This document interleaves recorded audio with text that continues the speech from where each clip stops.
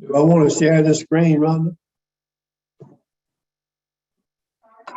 Good afternoon, Senator Pope. We can hear you loud and clear. Well, thank you. How are you this afternoon? We're good. How are you? Every day is good for me. I got up this morning. Good day. Amen. Amen. How y'all been? We're good. Good. I'll pull it from the shared file. Bruce, can we also see if we can hear you? Ma'am? Oh, Senator Pope, I understand if Bruce was saying, hey, hello as well. Oh, Bruce, how you doing, bro? This is Bruce Chapin. Can y'all hear me? Yes, sir. Hear We you. can Perfect. hear you, but we can't see you if you are. I'm using working. the camera. I'm working on my video right now. Awesome. Great. You should be able to access it without. It wouldn't let me. I know. I just all thought the same. I'm sorry. You're fine.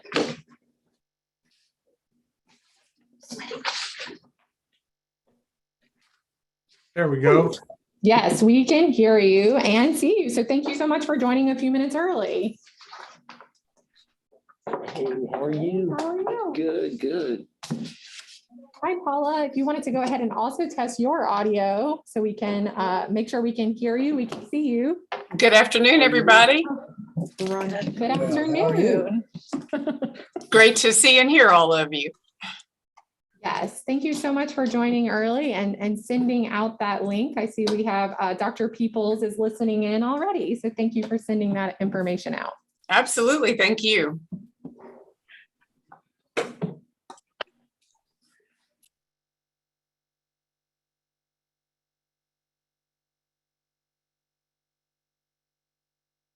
No, What? good. You need to go turn it off? No, I opened it to print, but I can still open it. Okay, good deal.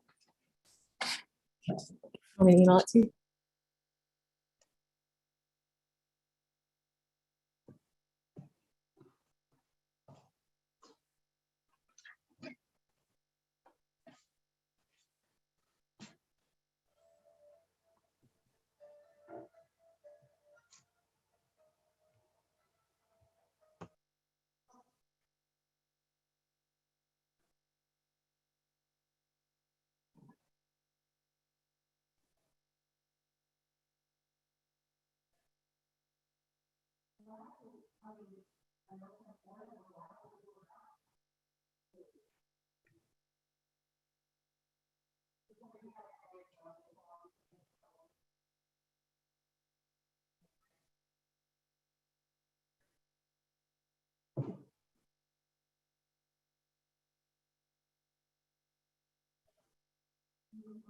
Bruce, you notice the folks from the Free State of Livingston, they do what they're told to do, right?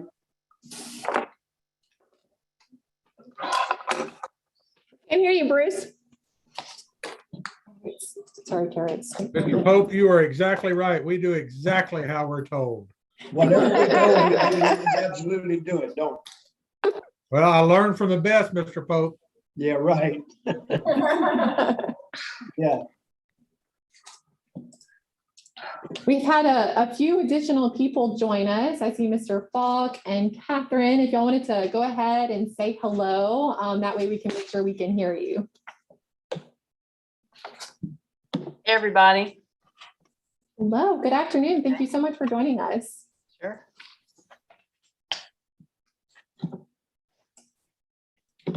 Bring up the Zoom, I'm sorry.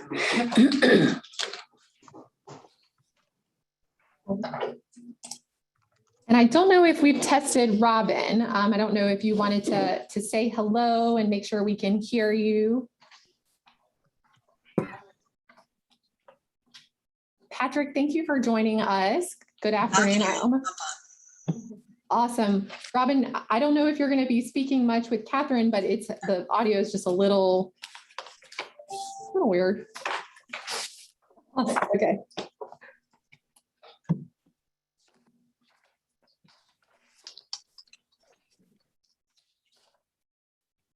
There's Miss America right there.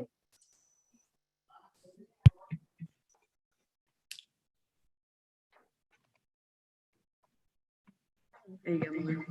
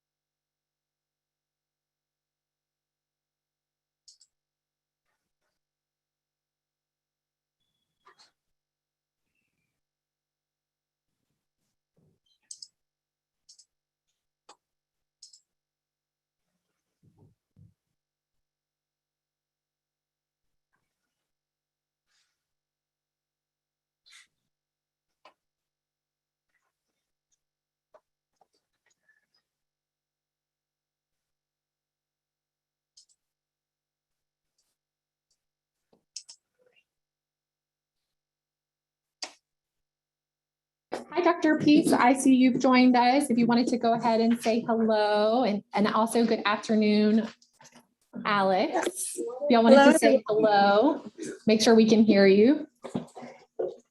Good afternoon. Good afternoon. Thanks for joining us. We can hear you. I don't know if you're also going to be joining us via camera, if you wanted to go ahead and test your camera as well. Good afternoon.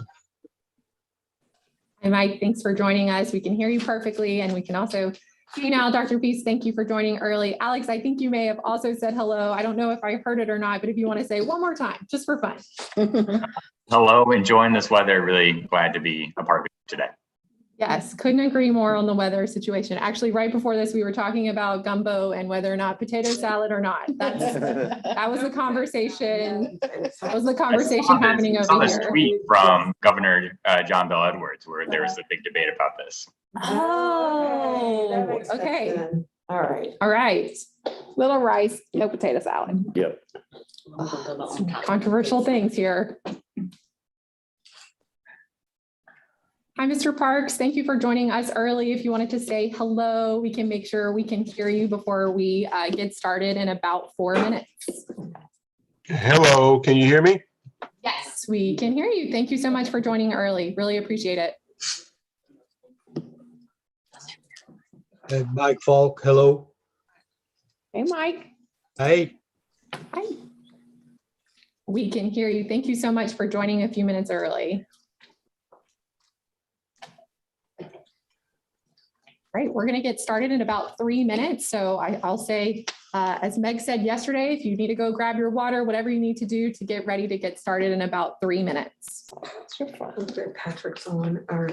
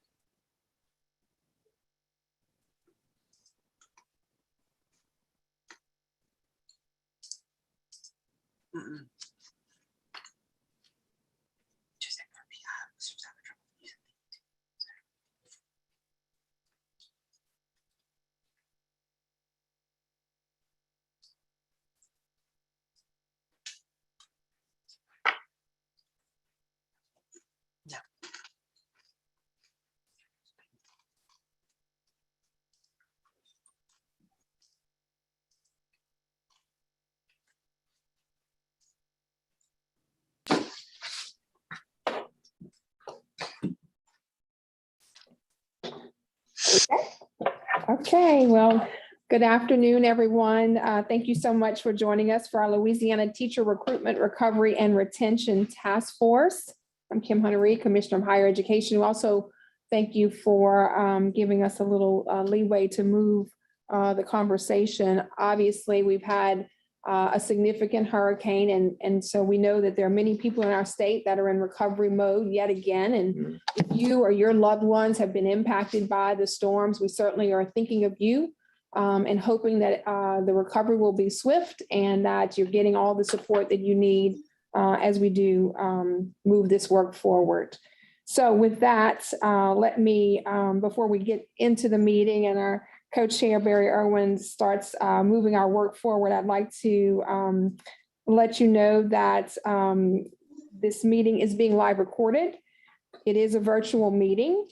A couple of reminders: if you can mute your phone unless you're speaking to avoid background noise. And also our public is watching the live stream, so we welcome public comments at the email address on the screen, webinar@laregents.edu.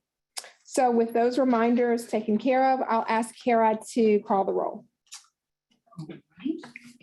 Representative Mark Wright, Dr. Esram Petrie, Ms. M. Cooper, Dr. Kim Hunter-Reed, Present. Dr. Janet Pope, Dr. Karen Peace, Present. Ms. Sandy Holloway, Mr. Mike Falk, Mr. Bruce Mike is Chapin, here. Present. Dr. Paula Calderon, Present. Ms. Kenyana Williams, Mr. Edward Parks, Present. Ms. Gladys Mouton, Present. Mr. Barry Irwin, Here. Mr. Alex Durrell. Here. Senator Pope, Present. Representative Mincy. Present. We have a quorum. I'm present, Mike Falk. Yes, sir. Got you. Got you. Thank you. Well, thanks, Kara. We'll now ask for a motion to approve the August 23rd, 2021 minutes. And is there a motion from anybody to approve those? I think we all got those a few days ago. I'll move approval. Dr. Reed, Second, Bruce Chafin. Bruce, thank you. Any discussion about the minutes? Any opposition to approving the minutes? So hearing none, that motion passes. And again, welcome to everybody for your time in being here today. At the last task force meeting, the discussion and presentation centered around recruitment of teachers. This meeting, the focus is on the other parts of our focus of our mission, retention and recovery. We restructured the meeting by approaching the topics in two different ways, beginning with reviewing the data of exiting teachers. We acknowledge that retention recovery issues are a multi-year continuum. It begins when aspiring teachers enter their schools and does not end until retirement. So given that, we are also going to dive into the discussion of retirement by starting with the preparation discussion, then be joined by staff at the Teachers Retirement System of Louisiana, or TRSL, to talk to us a little bit about some of the data that they have been collecting and information that they're going to provide on that. But we're going to begin our discussion with M. Cooper, who is the Deputy Assistant Superintendent of Educator Development at the Department of Education. And she is going to recap the Louisiana retention data. So M, I think you're on the line there somewhere. You want to take it away? So we're not sure that M has joined us yet. It's okay. So we're just going to skip forward to the next slide. And when M, is she joining now? No. Okay. Okay. We'll skip forward to the next slide and we will talk about some national and state trends, and then we'll come back to the Louisiana trends. Okay. So let's take a look if, let me get me a second to get organized here. If you take a look at the information that we've provided for you here, this information comes from the Digest of Education Statistics, as well as the Title II State Report. And this, the Title II State Report is a federal report that all teacher preparation programs, whether they are traditional programs that are at a college of education, or whether they are an alternate program, say in a school district, have to submit these data to the federal government. And so this report really begins to talk about the teacher shortage and how this shortage is real, and it's large and it's growing. And so I'm just going to highlight a few things that that talks about the comparison from 2008 to 2009. So if we look to on this chart, you will see in 2008, 2009, there were 289,282 total degrees awarded.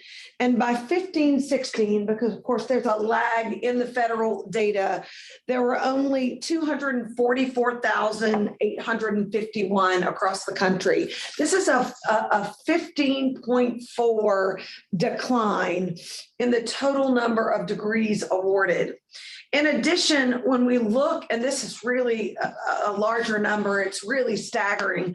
In enrollment in teacher preparation programs, there is a 37.8% decline from 2008-9 to 2015-16. And we know that there's probably even larger decline in 2021. In addition, for completers of the program, there was a 27.4% decline. So we are definitely seeing a downward trend in not only enrollment in college in teacher preparation programs, but we are seeing a downward trend in completion at those programs as well. So if you'll, next slide for me, please. So I'd like for you to just take a look at the shares or the portions of credentialed teachers staying in smaller and high poverty schools. So not only are we seeing this decline from a statewide perspective, but when you take out those data in smaller rural schools or in high poverty schools, you're beginning to see a real gap in the teachers that stay and are retained at those sites. So a negative 1.8% fully certified at these sites.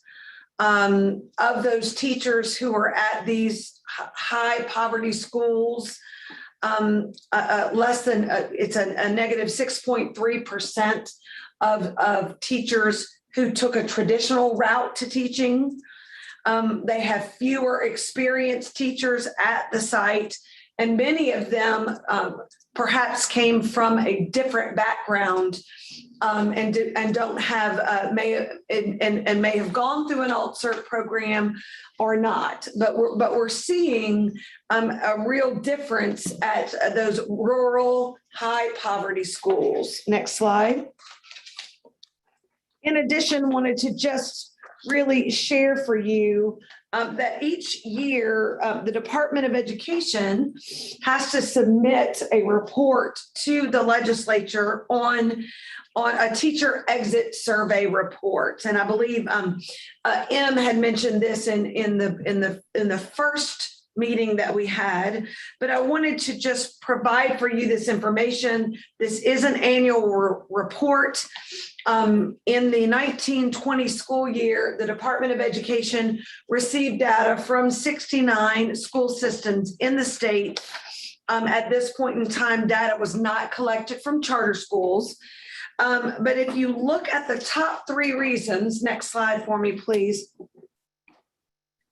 As they provided an exit survey for why they left the classroom, 2,165 resigned, they said, for personal circumstances.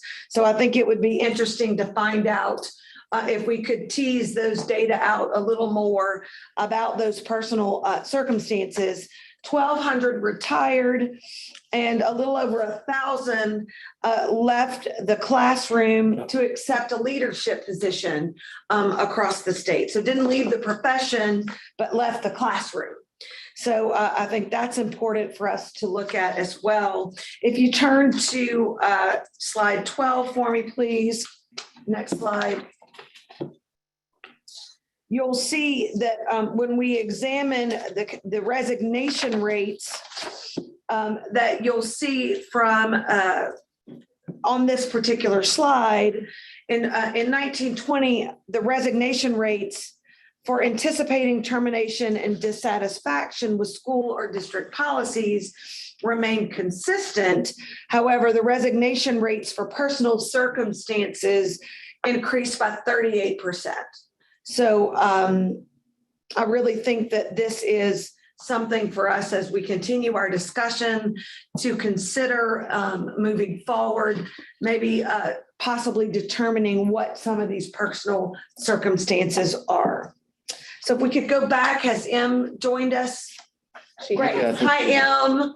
We're going to back up to your slide to talk a little bit about the LDOE data. Well, good afternoon, everyone. Mine is not as exciting. I was just following up on a data that you all had asked for last time. I had done the data that we did have from those questions in our first meeting. So you all had asked about the percentage of teachers and their levels of experience in exiting over the past several years. And so you'll see that graph here. So 44% of our teachers are leaving within the first 5 years of their career. You had also asked about the retention rate. So from our last set of full data, which is 18-19, that was 12% of teachers across the state exited, which goes back to the data that Dr. Craig was just explaining. And then you would also ask about salary and how it compared to the Southern region and national average. So I just have those 3 updates here to share with you all. Great, thank you, M. So are there any, I mean, again, we're pulling these data from national and in state perspectives, but certainly can open up for questions before we move to the next section of this presentation. I have a question. Yes. Go Can you ahead. guys hear me? Okay, thanks. Yes, we got you. I was just curious, like, as far as the data with the reasons for leaving, personal reasons and other things like that, is that coming from like districts, or is this coming directly from teachers? So Em, you might be able to talk a little bit about the exit survey this is collected by the Department of Education. Yes, so that is what when they resigned, that is what they indicated on their exit survey. So that data is straight from the teacher that was leaving, and that is submitted to the state. I will note that, and Bruce, feel free to chime in here too, the increase in the personal reasons over this past year was largely attributed to COVID, and that was from just general feedback from HR directors across the state. So just wanted to add that. Bruce, I don't know if you want to add anything else there. I definitely will agree with what Em is saying there. Unfortunately, the problem with this data is we send out exit surveys to every single employee that leaves us, and the return rate may be 5%. Right. We get very, very, very few employees that return these exit surveys because there's not a whole lot that we can do to require them, but we do send them. One of the things I would say in the personal circumstances, very seldom, when I have conversations, salary is never mentioned as a reason for leaving. At this point in time, and I know the data that we're looking at, unfortunately, is relatively old, going back to 2009 to 2016. Right now, our biggest thing is stress, requirements that are being placed upon them. Again, pay is not ever mentioned. The pandemic is somewhat mentioned, but I'll be honest with you, those that are leaving us, the pandemic itself is not causing the problems. It's the paperwork, it's the requirements, it's the work that they're having to do. And it's always been an issue, but the work they're having to do at home now, I'm starting to hear more and more, I'm not being compensated for my work outside the district. Now, their salary is not a problem. It's the work outside the district. So that's the personal circumstances. That is probably 90% of our returns. And we would have to dig further to find out more of that. Is there some way that the information could be shown? You have the number of people who exited, but also correlate that to the number of people who graduated from college to see what the void is. Because if you don't show that void, you can't anticipate the shortages that are going to be there. You So understand what I'm asking? supply demand, you're saying a supply demand, how many we're Yes. losing and how many we're graduating? I got it. I know it's pretty stable, Mike, but I can I was actually in a meeting this week about that. It's pretty even, but I can add that to the list of things we collect and share back with the group. Em, when you say it's pretty even, what do you mean by that? Like the 1,200 that we're losing every year, it's about 1,200 that are coming in.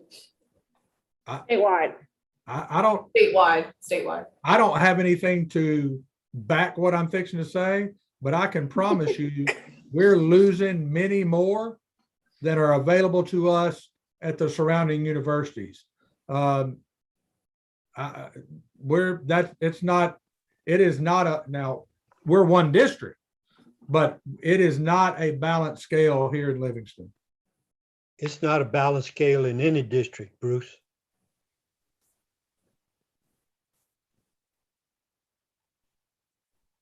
Other questions or comments? I just have a suggestion, and that's kind of what I was asking, because what I'm hearing is definitely more of the personal reasons. And so I just feel like if we're looking at targeting teacher retention, we need to have more like input from teachers that are like looking to exit the profession, even as we're speaking. Like, we just lost 2 teachers. Next door to me, there's a sub in there teaching. And so if we're going to look at how to retain them, it's worth it to look into what are the reasons that you're considering leaving. So that information and data could come from the unions that are represented on the committee. We can get a survey out to teachers, or even give you guys some feedback on what the teachers are coming to us and sharing, like what are their concerns, because they are more comfortable telling another teacher than they might be telling the district. I know personally, the 2 teachers that we lost, they never got contacted about doing an exit survey. Did they share why they left? Not feeling appreciated and they feel like the implementation of the compass evaluations is not fair. Okay, thank Feeling you. like they're just a number, like if their test scores are up here instead of up here in our district, they feel like they're treated differently than other teachers. That's the main thing that I'm hearing. Thank you. Yes, ma'am.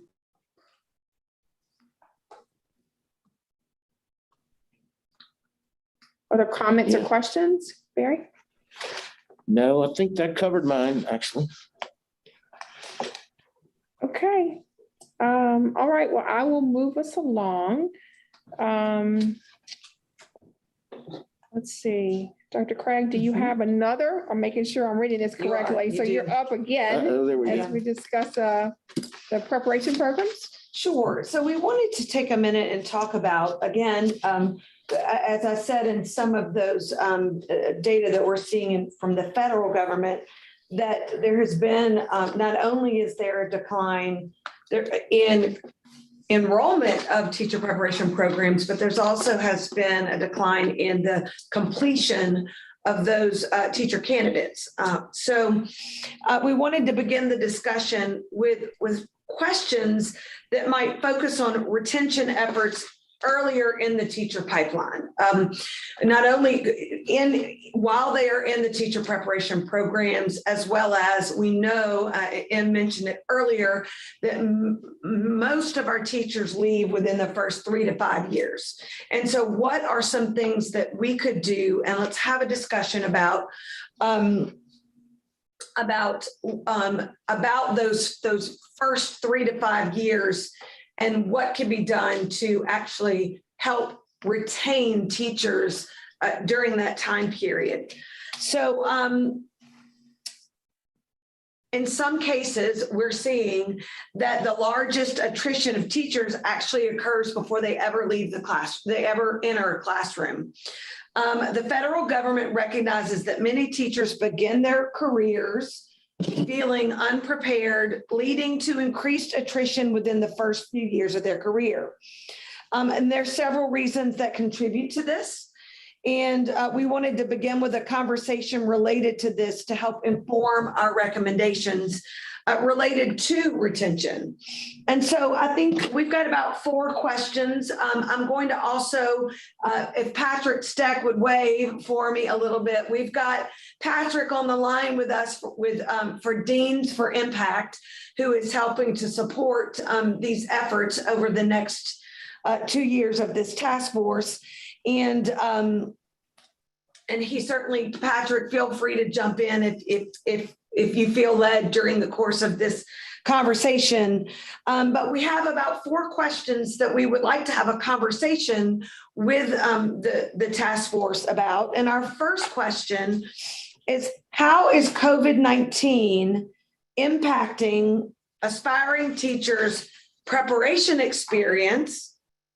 And how is that different than previous cohorts of beginning teachers? Like, what support might they need within their first and second year of teaching due to this COVID-19 experience that's happening in teacher preparation programs? We've got Paula on the line. We've got several deans who are in attendance through the attendee link, and that are willing to feel free to type in the chat. But from also, I would say from the district perspective, what are you seeing or hearing from your very young teachers, how COVID-19 is really impacting their experience?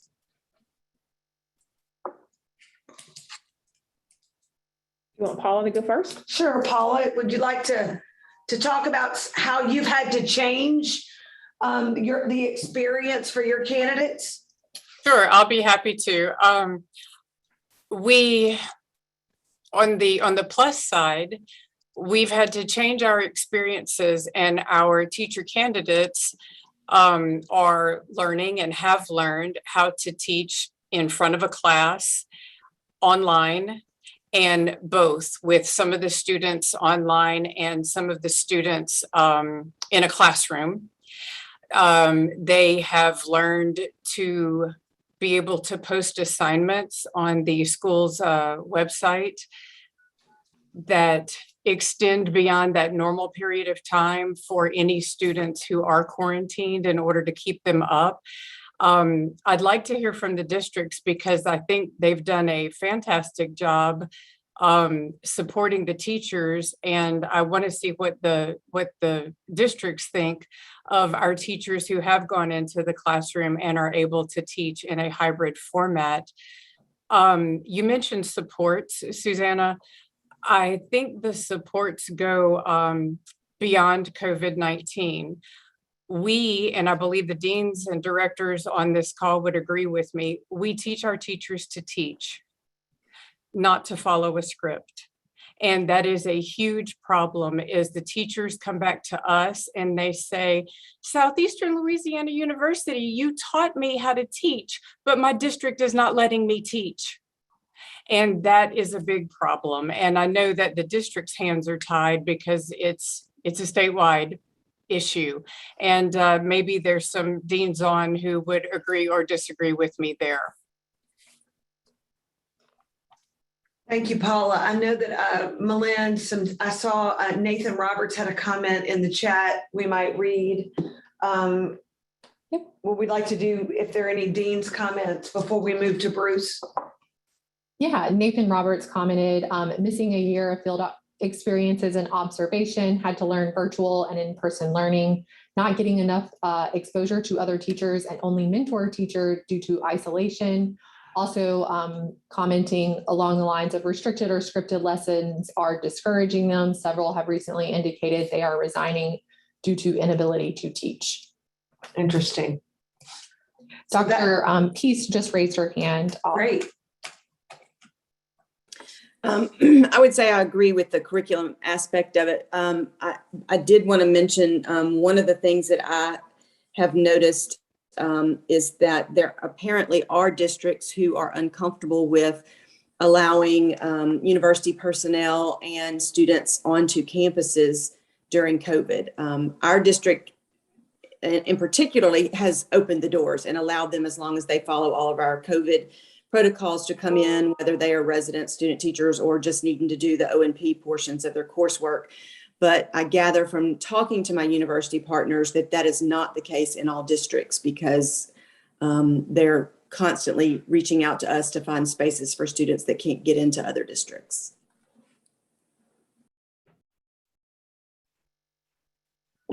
We have another comment in the chat, Milan. Yes, Myra Lovett from ULM commented, very similar to Paula, that ULM has scaffolded our residency calendar for this year's residents who had an atypical field experience / clinical experience during their junior year.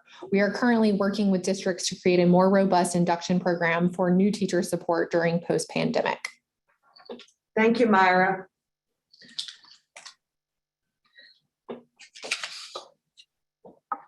You want to hear from Bruce? Yeah, Bruce. Come on, Bruce. We know you're shy. Let me get, okay. I will say this. We, similar to Dr. Pace, we have opened our doors.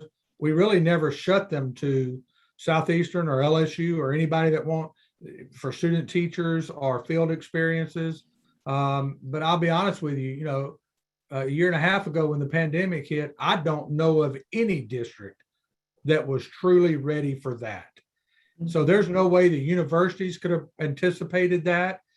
We certainly did not.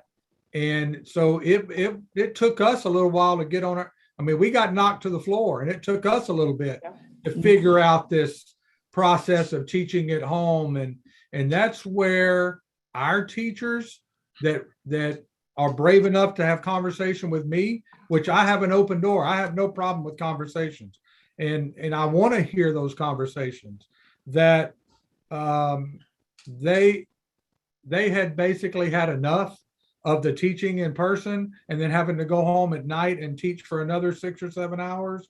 And, you know, the compensation package for that, we probably failed our teachers miserably. We have seen the product that comes out of LSU and Southeastern. We have absolutely no problem with what we're getting from them. It's just that we're not getting very many numbers from them. And that's, you know, we could sit here and talk all day long about that type of activities, but the student teachers that we're getting, they're learning along with us on how to manage this virtual teaching aspect that we're having to deal with. Thank you, Bruce. I do think that brings up a good point. And Paula mentioned it first, but one of the things that this this forced to teach during the pandemic has done at teacher preparation programs is allowed an opportunity where the candidates and the residents have had to learn how to teach in a hybrid model, a hybrid format, because as we all know, it feels like we've been in this pandemic for 10 years. I mean, it has only been about 18 to 20 months, but I believe that this is the wave of the future. I think this hybrid model is around to stay for quite some time. And so I do think, while uncomfortable in the beginning stages of the pandemic, Bruce, because you're right, I don't think any of us were prepared for what happened March of 20. I believe that our teachers becoming more proficient in teaching in a digital format, everyone's been forced to do that. So I think that might be an unintended benefit that has come from this. Any other questions, concerns, comments? I would like to say one more thing that has reared its head. So many of our high school curriculums right now are really truly moving toward the online aspect. Textbooks are online. Students are required to go online and do a lot of their work. The storm that we just had is causing another level of stress, because I'll say this, in Livingston Parish, the networking through our schools is good, but when kids go home, I promise you right now, in the eastern side of our parish, well over 50% of our kids have zero internet. Zero. And so the ability of them to go home and follow up on lessons at home that so many of them are required to do, and we're talking 24 parishes that were declared disaster areas. Tangipahoa Parish, same thing. Washington, St. Tammany, those of them south, it's going to be no telling how long till they get connectivity back. And hotspots, not working. If you're out in the rural area, it doesn't matter what you have, you're not getting connectivity. So now we've got those kids that are being quarantined for the pandemic. We have no way of connecting to them at home for 2 weeks while they're on a quarantine for them to even stay up on the lessons and to come back and be able to participate. That, and I just mentioned it to our superintendent, that right there is going to cause a significant amount of our students major problems in a lot of our districts. Sorry about that. So Bruce, but let's bring it back to the teachers. So how are your teachers handling that situation? Because they may also be without internet. We're just, to be honest with you, we're just now trying to figure this out. Mm-hmm. Our last school just came back online Monday. So Maurepas High School was out 3 weeks. In that area, I can't even imagine how long it's going to take for internet to come back on. And so our teachers are at home. One, they're either having to stay till midnight at the school to do lesson plans, or they go home and don't do lesson plans because they can't access the network. The hotspots aren't working because if the towers are down, the hotspots aren't going to work. I don't care how strong a hotspot you've got. So we're just now trying to figure out how we're going to manage this on our level, so that I've had 5 teachers in 2 days resign. 5. And every single one of them said, I can't do this anymore. We've got 3 schools right now. We have no guidance counselor. We can't find them. They're not out there. So to go back to, and I'm getting off on a tangent, to go back to, we're just now sitting down at the table going, okay, how are we going to manage this connectivity problem? Because a teacher, I'll use my own daughter, who's a math teacher at one of our schools. She can't go home at night and pull up her online textbook because she can't access. But she's got a 5-year-old son at home. She's a single mom. She can't stay at school till midnight. And we've got multiple examples of that across our district. Hi, yes, Dr. Petrie. Thank you, Bruce. Good afternoon, everyone. I want to talk a little bit about the frustration that teachers are feeling at this point, because we have that pandemic and we have, the hurricane that just happened, but the teachers are still being held to the same high standards of producing results as it relates to, the state standards. And, we have a lot of things with a lot of teachers retiring, new teachers coming in who's not quite prepared to hit the ground running through, alternate teacher certification programs. So it's almost like, picking individuals up who are who may have a history degree, but may have never taught before. And so it's a strain on the entire school. And, it becomes a strain on some of the veteran teachers because they then have to mentor those teachers. In addition to mentoring, the high expectations of trying to put together lesson plans that perhaps may take a couple of hours, and it's only a few hours within a day, and in some cases with teachers having to be off because of COVID, it's also requiring teachers to have to cover other teachers' classes. And so I definitely see the frustration all the way through from the teachers, because it's pretty hard to, try to handle that on a ground level when you have so many. I talked to many of the high school principals here, and they're averaging about 15 vacancies or 15 substitutes per day, which means, many of the teachers are having to cover those classes. And so you're seeing a lot of the veteran teachers decide, hey, I just can't do it. It's not enough time in the day.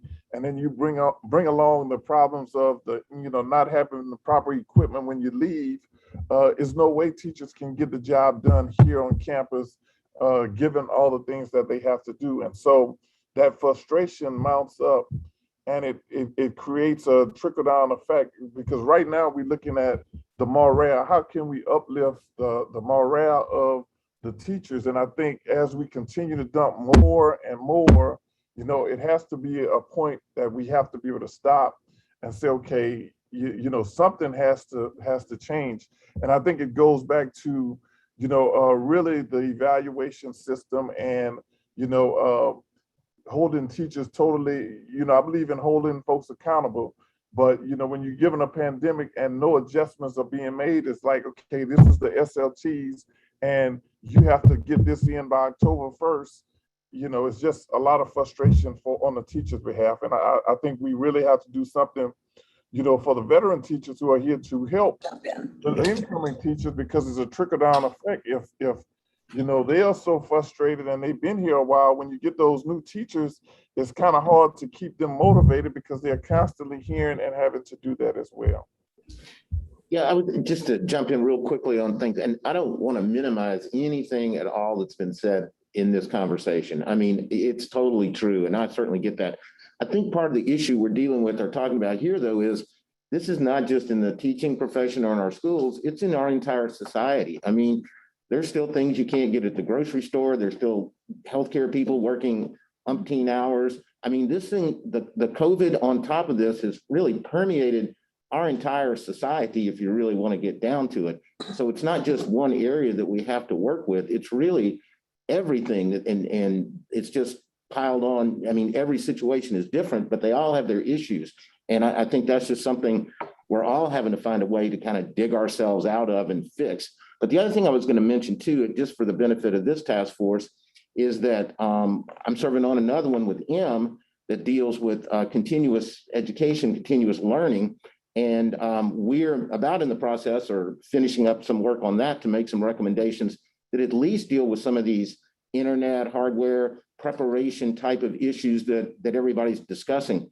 I don't think there's any way that anybody could have been prepared to have a COVID year and the 2 sets of hurricanes that we had over the course of the last year. And really it was more than that, but I'm talking about Laura and Ida, of course, and Delta and Zeta and all of those things. But Em, I don't know if you want to touch on just a couple of things that we've been talking about in our task force that would, again, it doesn't address the teaching issue, but hopefully the continuous learning aspect of it to at least create more preparation as we go forward. Sure. So as Barry said, we just wrapped up this task force, and the group made quite a lengthy list of recommendations that LDOE will now be charged with implementing this school year. And so they made recommendations in 4 key areas, and it was instructional quality, family engagement and support, technology, and system and school planning. And within each of those 4 areas, they had some initiatives recommendations, some policy recommendations, and some support recommendations. And so some of the things you all are talking about are in some of those recommendations, such as partnering with our Office of Broadband as they are doing work on how to get internet in our more rural areas. And then even in some areas that aren't rural, that just where, like Bruce was saying, like hotspots are just not working. So that is on there. How to use instructional minutes differently in a continuous learning setting. So whether it's virtual learning or another continuous learning method, such as paper packets or something like that that schools are doing, how can systems modify their instructional day to make that happen? So that report is being sent to Bessie and the legislature in October, and it lists all those recommendations, but something definitely look out for, but it does address a lot of the things. At least it's a step in the right direction of addressing a lot of things that you all said, including just helping school systems be better prepared when something like this happens again, whether that's pandemic, a weather event, or any event that would close a classroom to a system down. So thanks, Barry, for bringing that up.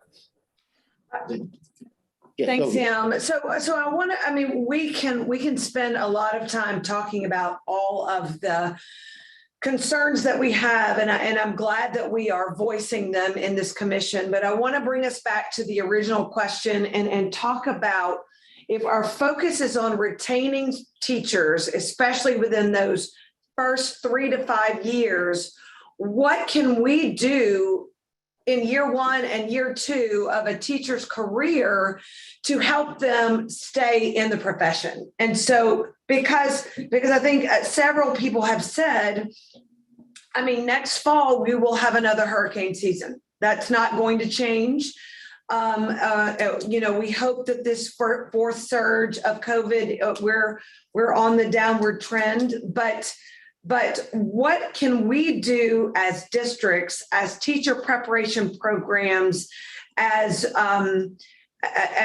supports for teachers? What can we do to ensure that those teachers have the supports that they need so that they can be successful in those first 1 or 2 years and not want to leave the profession after 3 years?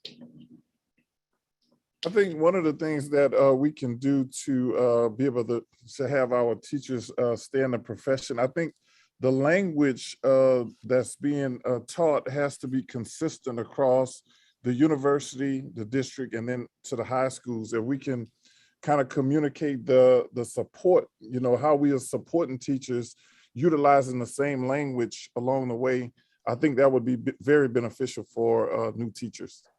Can you elaborate, Dr. Petrie, what you mean by use the same language? Can you just give one example? So, in some districts, as we talk about supporting for maybe a PLC cycle, in a PLC cycle, I've seen various districts use it as a department meeting, and some use the default method where we're using the 4 questions. And so what I would say is if we are teaching a PLC that we all understand exactly what is a PLC, and we use that common language so teachers are not getting confused as it relates to, the PLC process. I think right now, a lot of times the PLCs are called department meetings as well, but it's certain things that you want to really focus in on. And if you focus in on, and some districts use it, the 4 method, where they use the 4 questions and use that as a guide. I know that's been done in Ascension and, other districts, so I'm just curious to see if it's done in some of the districts that may be on the line, but I think that common language will help teachers as they hit the ground. You don't have to totally learn a new way of doing things. Great, thank you. Thank you so much. Alex, not to put you on the spot, but I know that you represent the charter schools. And is there something that you guys are doing in the charter school system to help with this retention of teachers past the third year?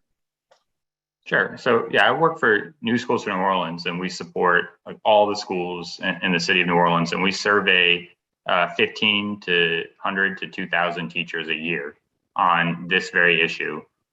Why are you staying in the classroom, or why are you leaving? And 2 large themes that keep popping up, and it's not one or the other, is that there are these cultural issues at school, leadership, district things that can be changed. But also, make no mistake about it, it's compensation as well. And when we look at the average teacher salary in New Orleans, which is very similar to what we see, what M showed across the state of Louisiana, it's not rising quickly enough to match the standard of living in terms of rent, in terms of all the expenses that teachers have. We've really specifically asked teachers, like, what would be helpful in terms of financial assistance. The one thing that came up beyond just base pay was student loan forgiveness, particularly for our younger teachers and particularly for our younger teachers of color. That was something that they said would help them stay in the profession longer term. So at NSNO, we've been really looking at, like, how do we help our principals create the right culture for teachers, and how do we try to unlock some of the funding to help our teachers get pay. In addition, I do want to just highlight 2 additional points. One is, I think that there's an opportunity for us to have a statewide concerted messaging narrative around teacher appreciation. We have a lot of area to grow here. And what you see for the medical profession that's happened, especially in the pandemic, about how our medical professionals are heroes, we should have the same type of messaging, the same type of teacher perks across the state for our teachers. And I think that would go a long way in terms of shifting the narrative. And then this last piece, and this is the one that I've just been grappling with a lot, but it keeps popping up on this committee, is the accountability system. I think there needs to be, of course, progress that we're charting around how teachers are doing, how kids are learning, and considering all of the extenuating circumstances that are happening. And right now, how our accountability system is built, it really is just measuring what kids knew coming into school. It's not measuring as much growth. And so I do think that this is having a profound impact on teachers. And it is something from a policy perspective that we need to reconsider. Thank you so much for that. Susanna, hey, it's Paula. Yes. To kind of tie in a couple of things, Mr. Irwin mentioned that, no internet connectivity, and the pandemic and quarantine and COVID has affected all of our areas. And I don't disagree. There's been plenty of times I've gone to Lowe's to look for something and it wasn't there. But if a nurse is telecommuting, doing telehealth, and the patient gets worse or the patient dies, that nurse is not affected by an accountability system like Alex just mentioned, and his or her nursing school is not graded.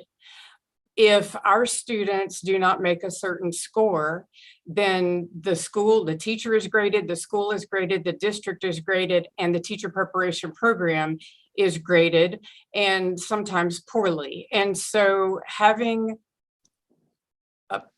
getting cut a break, or having an additional leg to the accountability system for unforeseen circumstances might be something that would be beneficial to the teachers. It may be morale boosting to the teachers. It may help the principals, the districts, and likewise the teacher preparation programs. Again, if a doctor who's making $250,000 a year loses a few patients, well, LSU Health Sciences Center is not graded. And those are some of the frustrations that teachers, districts, and teacher preparation programs are dealing with. And so, yes, I agree with Mr. Irwin that it is permeated through everything that we do, from the grocery store to the teacher, to the doctor, to the lawyer. And also throw in what Alex just mentioned about an overhaul in the accountability system.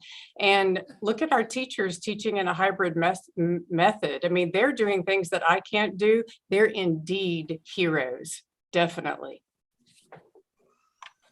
Yeah, I would just say, to your point, I don't disagree with you about all of those issues. I do think, though, we have kind of put a pause on our accountability system over the last couple of years. And I think Bessie even voted to do a waiver on the letter grades. And, part of this, I know the concerns about accountability, but it's actually federal law as well as state law that we have to have an accountability system. And I would agree it's not built for these types of circumstances, but as we have been through different disruptions, not just this way, but through changing standards and all of those types of things, we have tended to put a pause on those things, but I don't think you can do that permanently. And I think that's the thing maybe we're all grappling with.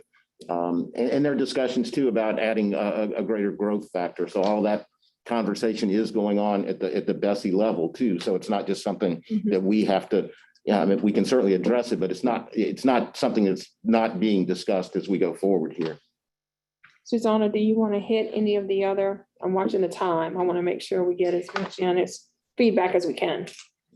Yeah, I'm just looking, the questions are really, I think we've gotten to a different level. I think we might be at a place where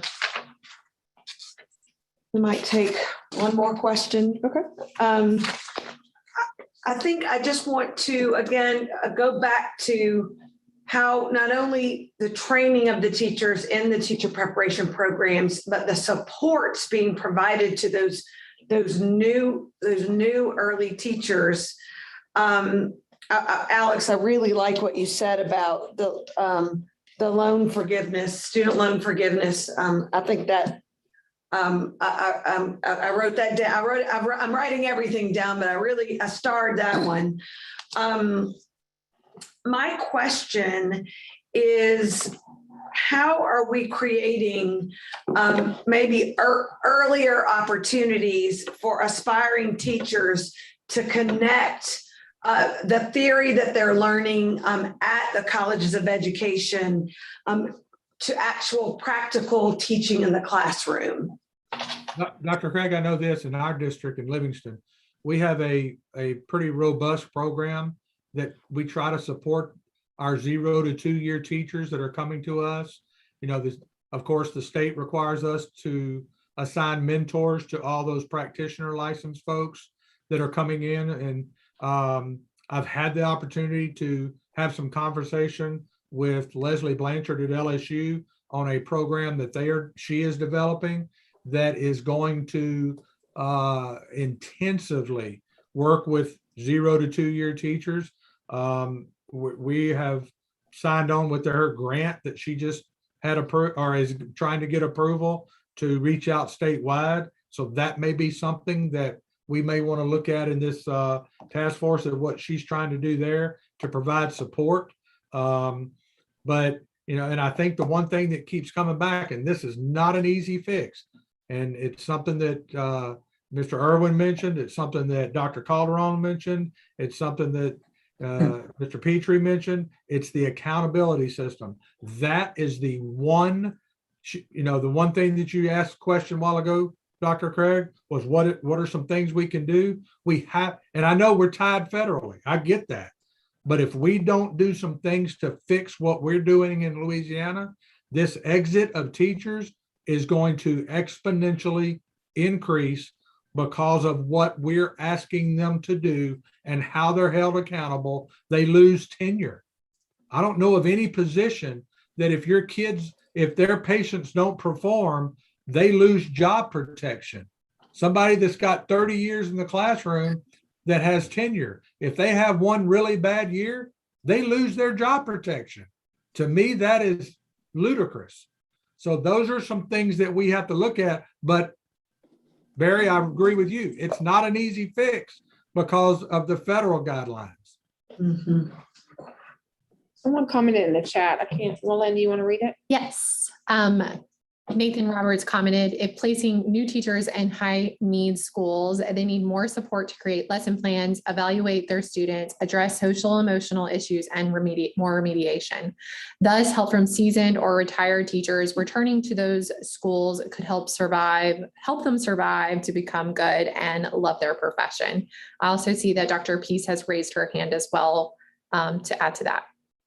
Great.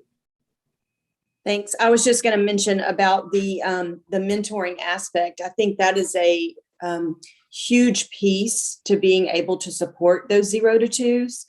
But again, one of the issues that we face at the district level is gets back to a staffing issue. If we identify those teachers who are have significant expertise to share, even if it's teachers who don't necessarily want to leave the classroom to have a full-time coaching position, it requires a school to look at modifying their master schedule in such a way that those teachers have release time to effectively support a new teacher. Then that also impacts the number of staff members that are needed on the staff. So we circle back to the need for additional staff members. So it's kind of a catch-22. It is definitely something that's needed. And like Bruce and Cato, we have a pretty robust program for supporting our new teachers, but it's becoming increasingly more difficult, A, to find people to do it, and B, to find the funds to support it. Paula, I have a quick question before I move to you. I'm not sure, and I'm sorry, I don't know the answer to this. Is there a mentor teacher stipend that the department supports? It's $1,000. Okay. All right, thank you. Thank you for that. Paula, $1,000 a semester or $1,000 for the entire year? It's the entire year, and they can be held, they can support up to 3 candidates at the same time for that same $1,000. And that is only funded for new teachers who are on a first year of a PL license. So it's not necessarily every new teacher. Gotcha. It's also not, for other reasons that a mentor would mentor a teacher. So if they're mentoring a struggling teacher, that's not necessarily new. It could be an experienced teacher. The $1,000 is not for that. And that's $1,000 that is funneled to systems from us. There are some systems that do additional money, but it's not common. Okay, thank you. And 2 comments. Glinda commented that there is no stipend for mentors for MAT students, master's students. And then Gladys also commented concerning teachers only getting that for teacher candidates. Great, thank you. Paula, I'm sorry, I wanted to just I'm trying to get a real handle for, if we're requiring mentor teachers to provide these extra supports, if we were actually compensating them. Not a problem. I wanted to mention, because I've been in this business a little while, back in the early 2000s when the universities had money, we could take some teachers, take some of our instructors, some of our professors, give them course releases to go to the schools and provide induction and work with whatever induction they already have. So my folks would, go meet Bruce, for example, and work with their teacher induction program. Now it's more difficult to give course releases because nobody's paying for that salary. Nobody's paying tuition for that. When in 2015, 2016, when the teacher residency was being formulated and discussed, and prior to its mandate, I begged in our meetings with the State Department, I begged them to put money into teacher induction for 0 to 3 years, 0 to 5 years, rather than putting money into the residency. Well, I lost that, no big deal. We're doing fine as it is. But that is a place where money could go because the districts don't necessarily have that money. And somebody commented, I forgot who it was, looks like it was Gladys, who said that the mentor teachers are only being paid if they're mentoring teacher candidates at the undergraduate or the alternate certification level and not currently certified teachers. That's what we're seeing as well. And that new teacher induction is what needs to be put in place, COVID or no COVID, hurricane or no hurricane. Yeah. And we would love to help, but I can't release 5 hours for one of my teachers and then have my campus president say, where's the money coming from? Thank you, Paula. Gladys, I see you have your hand raised. Oh, you're on mute, Gladys. We can't hear you. I was saying a lot too. Dr. Calderon can probably fill you guys in more on this because I'm not an expert on it, but I serve as a mentor teacher coach for UL in Lafayette. And so I was asking because we don't, like, I mentor a lot of teachers, but I don't get paid because they're all like hired as teachers on our staff. And she's saying that like they get evaluated, the teacher preparation programs. And so she's having to send like some schools, the more disadvantaged schools, you might have one teacher with 3 residents that she's trying to mentor because they need to try to send the residents to like certain types of schools. And so I feel like that creates a burden on the teacher, the mentor teacher, because they're juggling like 3 or 4 interns a year. And then it lessens the experience for the residents because they don't have the undivided attention. So I'm not really sure how that works or what their evaluation looks like, but maybe if we broaden it to where they're not scored based on if they send a teacher to a school that's more diverse than if they send one to a school like mine that's not as diverse. Thank you, Gladys. Well, this discussion, I appreciate the discussion that we've had. Again, we've illuminated again or confirmed the problems that we know are out there, and with some possible solutions in there as well that I think we'll be able to lift out. I think we'll transition to the next section of because I don't know about you, but I'm really looking forward to hearing from teachers' retirement.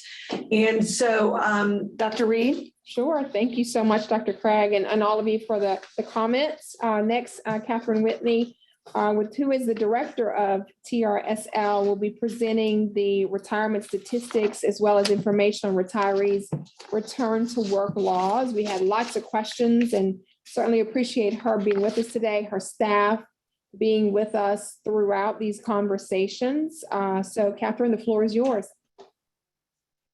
Good afternoon, everybody. Afternoon. And thank you all again for having us here today. This is certainly an important discussion and for all of your work surrounding it. We believe that retirement is an essential component of any teacher's compensation package. And as a result, we're happy to be at the table and to provide you with some information about our plan, some data related to our plan, some of the things that are going on around the country as well. If you go to the next slide. I'll cover some of the basic topics that I will talk to you about today. 4 areas: the value of defined benefit plans. And we've brought in some survey data from a recent study that was performed related to generational views on retirement. I'll tell you a little bit about the TRSL plan, which many of you are familiar with. And we'll also look at some data points that I think you'll find interesting in terms of trends that we've seen over the last 10 years. And then recent developments just in general from a defined benefit plan perspective. And I know this came up, return to work was an area that we were also asked to speak to. I know it came up at your last meeting, so I'll provide you with some information. It's always a interesting topic and a very active topic for us that we see really every legislative session. So I'll give you an overview of what our return to work law looks like. So if you go to the next slide. So defined benefit plans overall, they are consistently considered a effective tool to attract and retain teachers. It is part, as I mentioned in my opening, part of that teacher's entire compensation package. Consider it as deferred compensation. It provides a stable lifetime income to retirees, the advantage of pooling assets as a group, provides the ability in an actuarially funded system to have those employers and employees contribute and provide a benefit for a lifetime. Part of our plan also in most DB plans includes disability survivor and beneficiary benefits. And the structure is such that the benefit is based upon years of service, average salary, and a benefit factor. That's often a 2.5% benefit factor. And the difference between it and a defined contribution plan, which most of you are familiar with, those are 401k plans, is that the benefit of teachers and defined benefit plans are based upon that formula that I just mentioned. It's not based upon the amount of money that is in a particular 401k or 403b account, which of course is tied to the ups and downs of the market. And that teacher's benefit is based upon what's in that account when they decide to annuitize it at the end of their career. Another very important point for Louisiana, and it's one of a handful of states, is that our public employees do not participate in Social Security. So this defined benefit that they are receiving, our retirees are receiving from teacher retirement, is often their sole source of income. You can go to the next slide.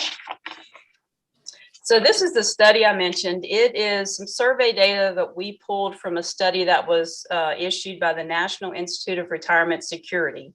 And it looked at generational views on retirement. It focused on a number of areas. I've taken 3 slides from their study to show you. This is certainly one that I would look at as you're thinking, and this is probably more on the recruitment side, but it's interesting to see how the generations are thinking about retirement and the value of a pension or a defined benefit plan. It looked at Social Security and the views on that, just a number of areas. But the first one that I'm going to focus on, and that millennial generation, just as a reminder, is age 25 to 43, which is probably the group from a recruitment perspective that you all are going to be focused on. And an interesting note in this, before I get to this particular survey question, was it cited a Boston College study within this NEARS study that said 66% of working millennials had nothing saved for retirement. So I know you all have probably heard that in different contexts as well. So the question here, how would you describe your overall view of this type of pension, meaning defined benefit plans? All generations had favorable views, and you'll see that millennial generation at 81% favorable view. If you go to the next slide. The next group, next question was agree or disagree. Americans with traditional pensions are more likely than those without pensions to have a secure retirement. Again, across the board support, and you'll see that millennial generation and a Gen X at 75 and 76% respectively. And if you go to the next slide, just another question related to, are we moving? Let me see. There we go. Yeah, okay. So yeah, go to slide. The next, it's an overall packet, so I'm not sure there we go. Okay, and the next one.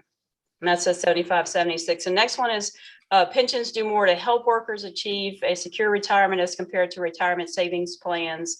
Again, comparing the DB to DC and these generations' thoughts on that, agree or disagree questions. And you'll see that once again, close to 70% millennials and Gen X very much in agreement. So as you all are identifying tools, and again, this may be more for the recruitment section, you know, the security that a defined benefit plan provides and the clear thoughts from the generations that are coming into the teaching profession related to these types of surveys, we thought would be interesting for you to take a look at. So again, I captured a couple of things from there, but this is a report. It's cited within this slide and each of the other two that you all may want to take a look at. So going on, next I'm going to talk about the TRSL retirement plan. So you all know, because we've had some changes over the years, and many people may not realize this, but we have several tiers within the plan. We have a group, and it depends upon when you entered the system. So as we've seen a little bit later in the presentation, I'll talk about pension reform and how that's changed in terms of the eligibility criteria, but this is a good description of it. You'll see those individuals that entered our system before 99, July 1st of 1999, have a little bit different structure. That group can retire with at age 60 with 5 years, or at any age with 20 years, and receive a 2% benefit accrual factor. So I talked about what makes up that benefit, the years of service, and your average comp and that accrual. They can receive a 2% accrual. And if they achieve that 65 with 20 years, 55 with 25 years, or any age at 30 years, they can go out with a 2.5% accrual, which is a higher benefit. We saw some changes in 99 that removed that 2% accrual factor and retain the 5 at 60, the 55 with 25 years, and any age, 30 years with any age. But while retaining the 20 years at any age, that shifted to, if you go out at 20 years, it is an actuarial reduction. And that is reduced from your first eligibility date. So depending upon your age, when you would decide to retire with 20 years, it could be quite a reduction, and most likely much less than that 2% accrual for our pre-99 group. The next two categories, moving on, that 2011 to 2015 group, this came about with different reform efforts to decrease the cost of the benefit and decrease the cost to the employers of the accruing benefit.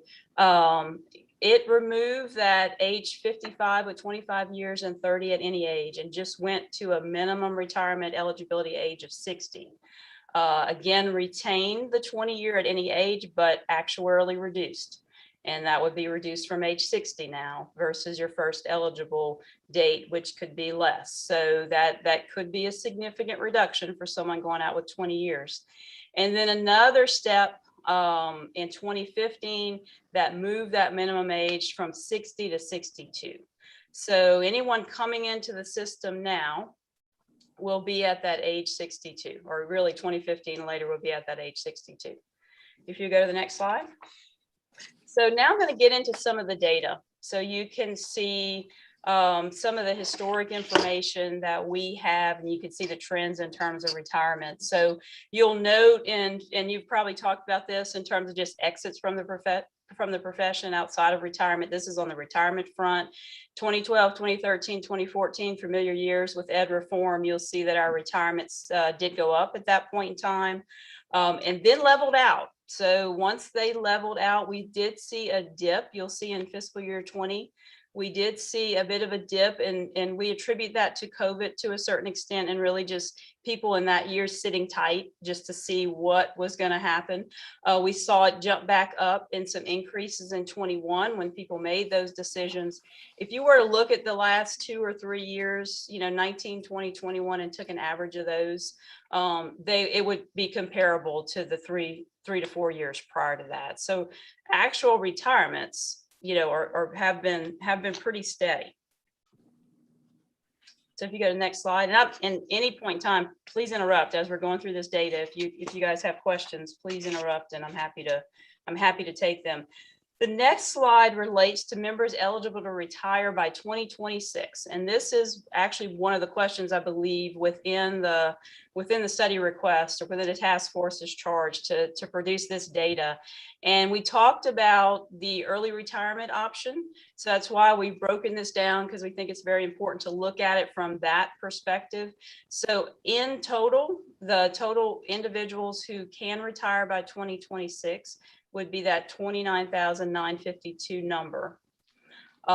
Because of people who would go out at that 20 years, or most likely at this point, the more time goes along in that post 99 group, in the early retirement category are likely to all be actuarially reduced, which is not an insignificant cut if you were to go out. So the true focus in terms of normal retirement, it doesn't mean people don't go out early. Some of them do.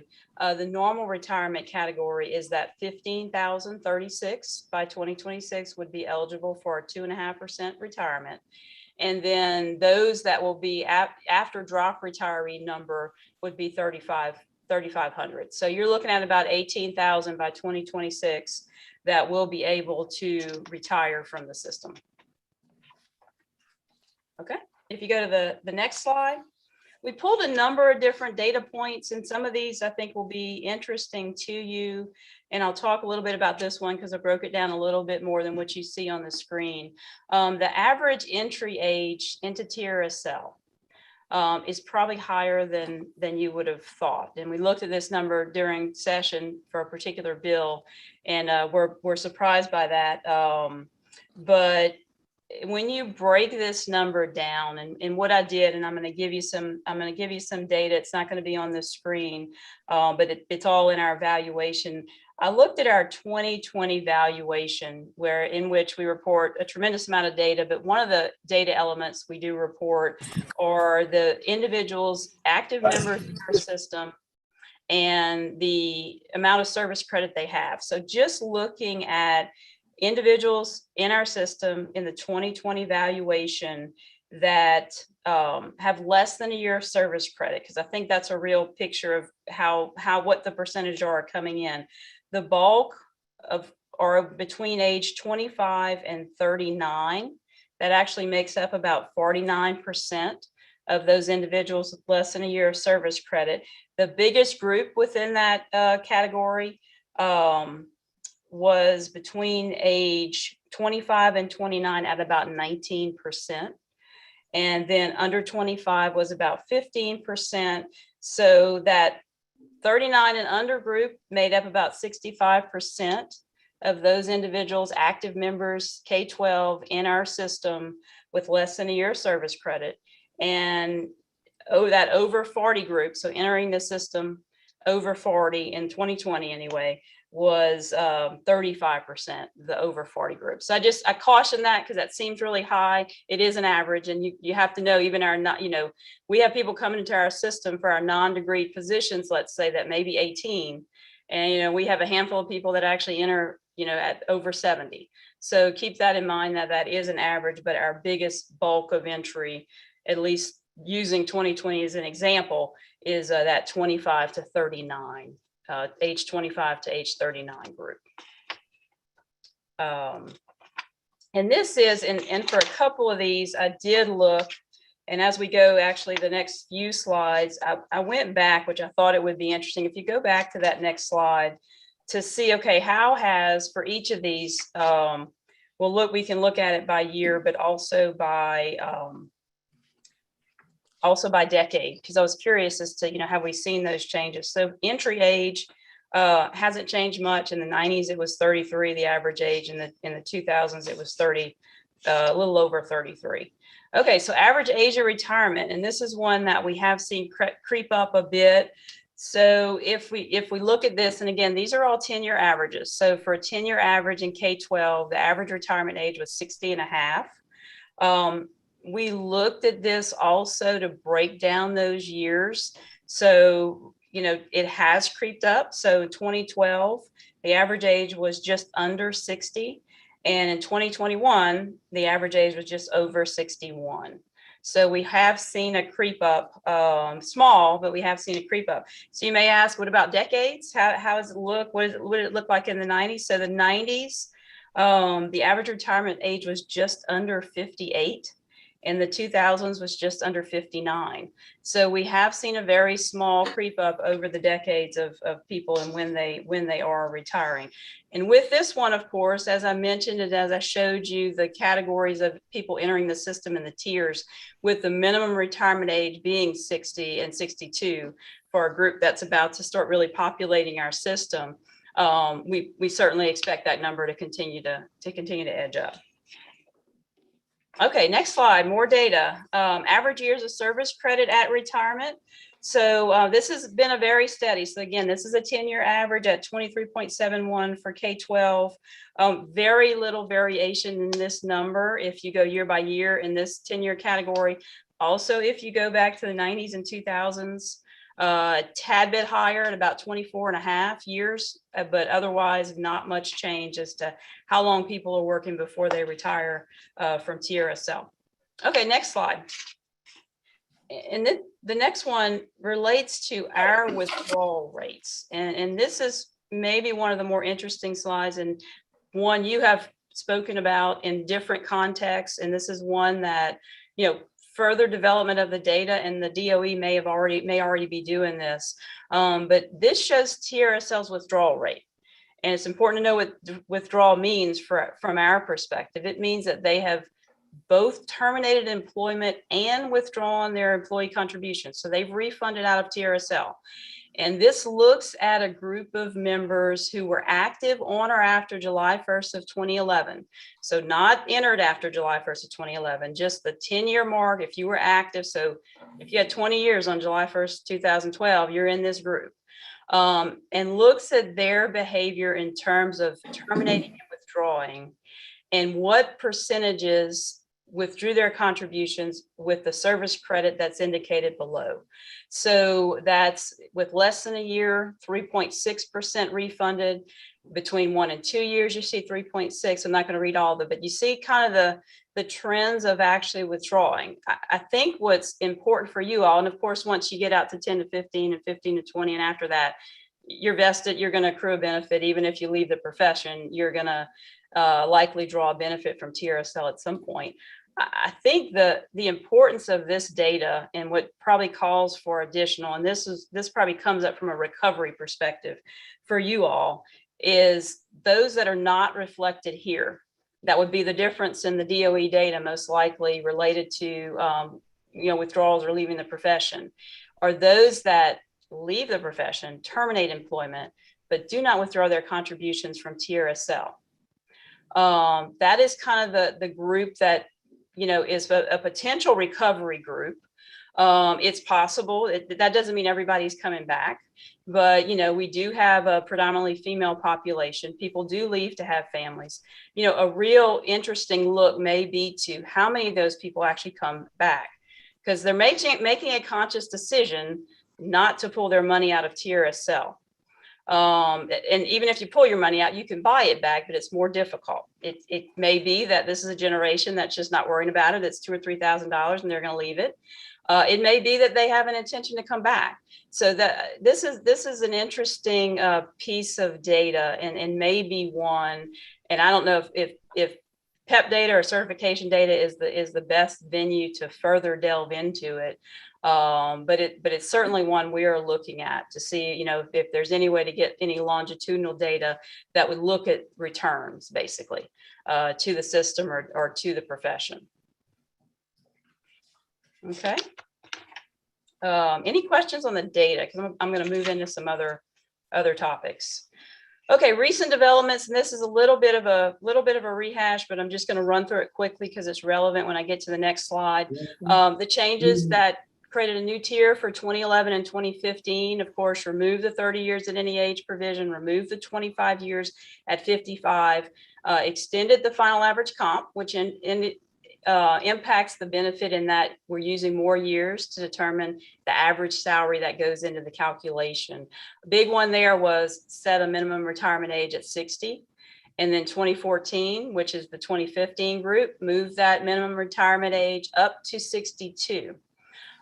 We have seen some legislation since then, one most notably this last session, that would have moved that minimum retirement age to 67 or the Social Security age.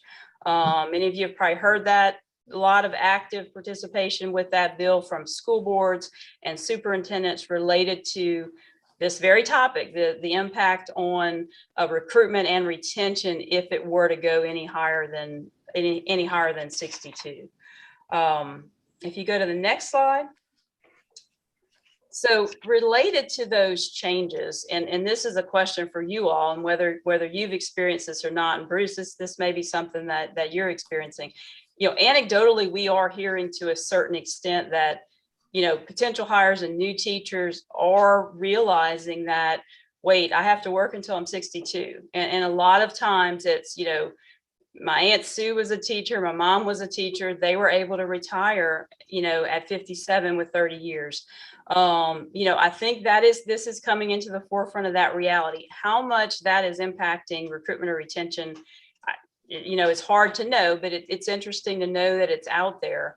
And how much of that, the recent legislation that made those changes considered this topic is unknown. I can say that from a retirement perspective, and we're not alone. In the next slide, I'm going to show you how nationally and our neighbors are doing similar things.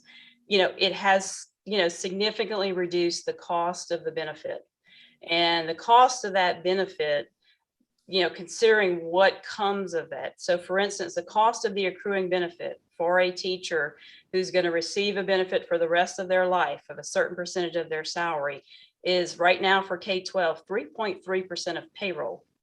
So it's a much richer benefit than Social Security, if we were to compare it to that, for basically half the cost. So I think that it's important to know that these reform efforts have done great things on other fronts, but the impact on recruitment and retention may be something to look at.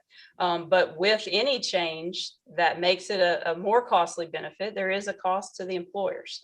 You know, the retirement system and the reforms that have taken place, this is just one small component of it, have put it in a tremendous posture.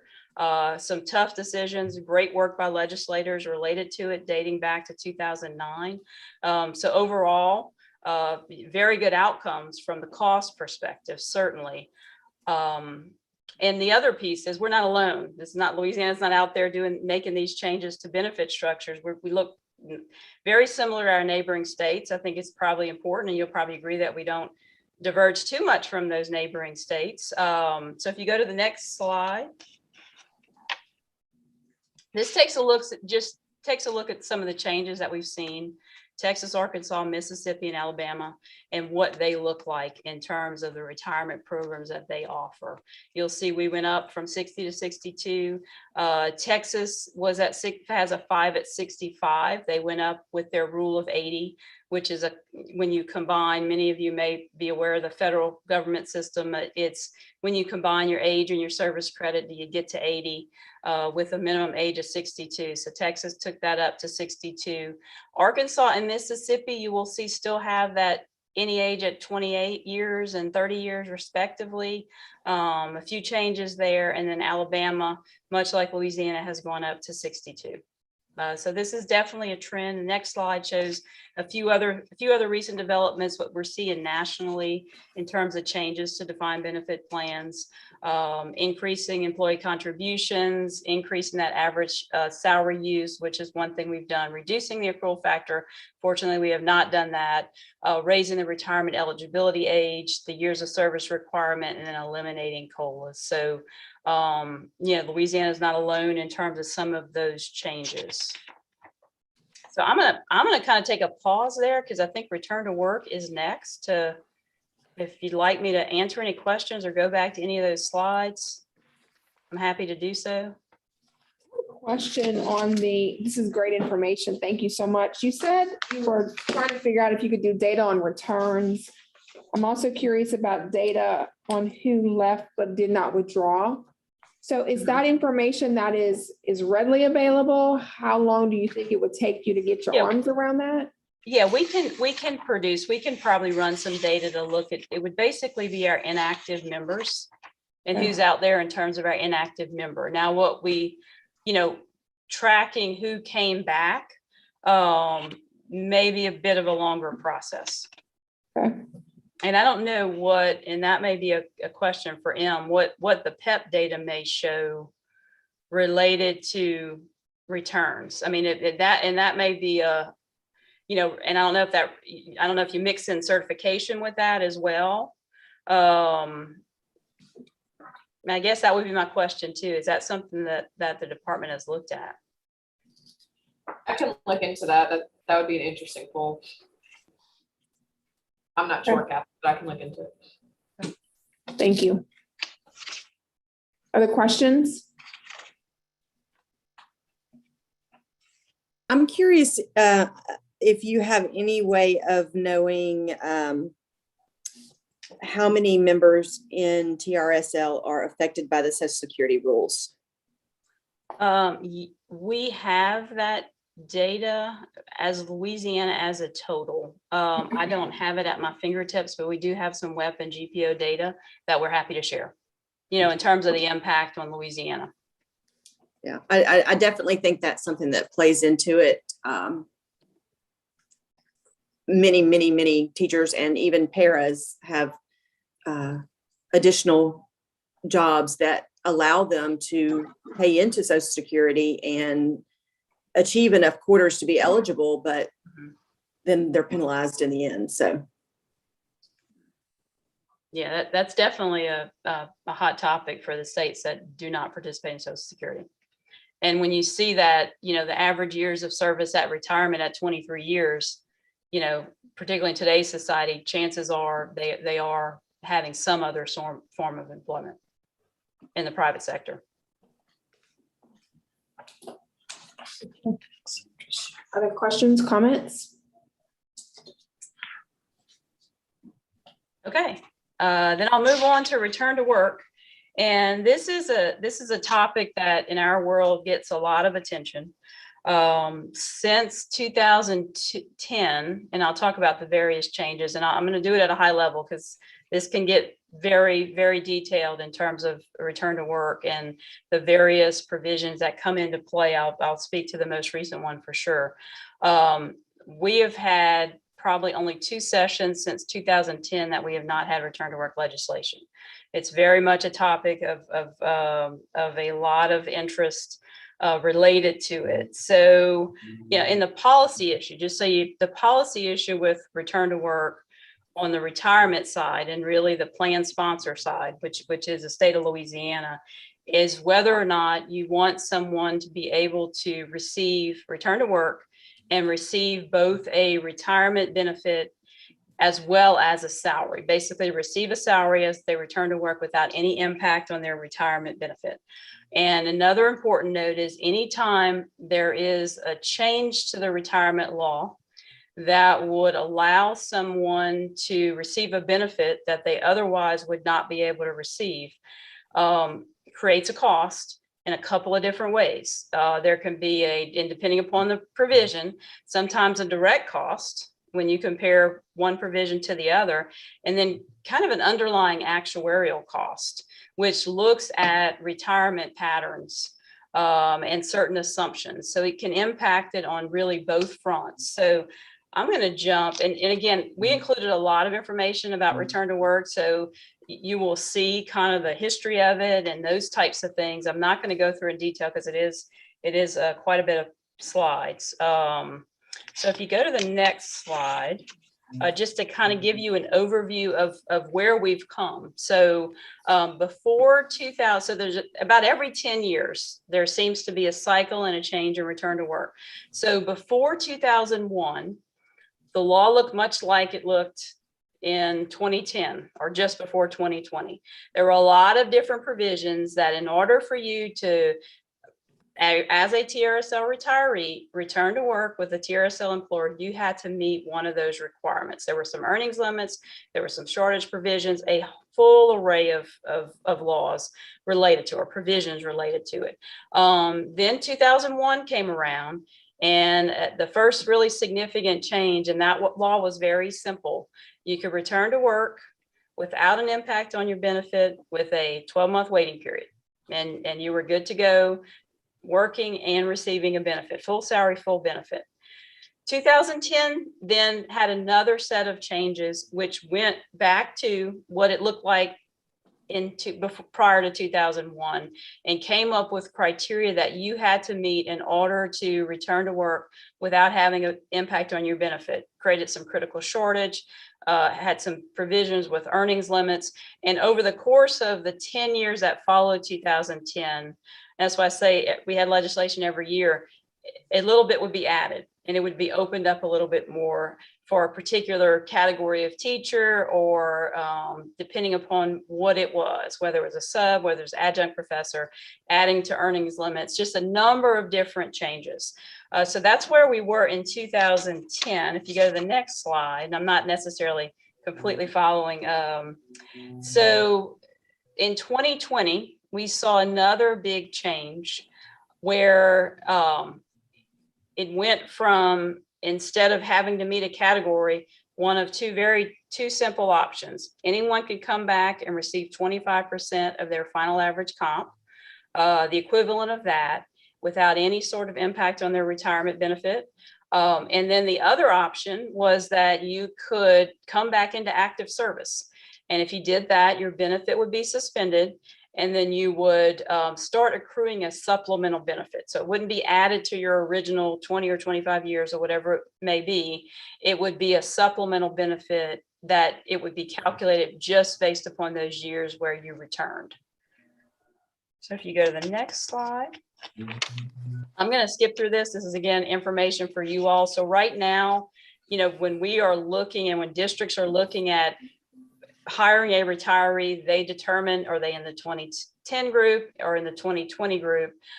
Because while the 2020 law changed how return to work was handled, it only applies to individuals who return to work on or after July 1st of 2020. So those are the two groups. If you go to the next page, we just break down for you the 2010 group, a lot of different provisions related to that. And that's the one that has the various categories you have to fall within. If you go to the next page, and this is really, I want to point out to you one more page.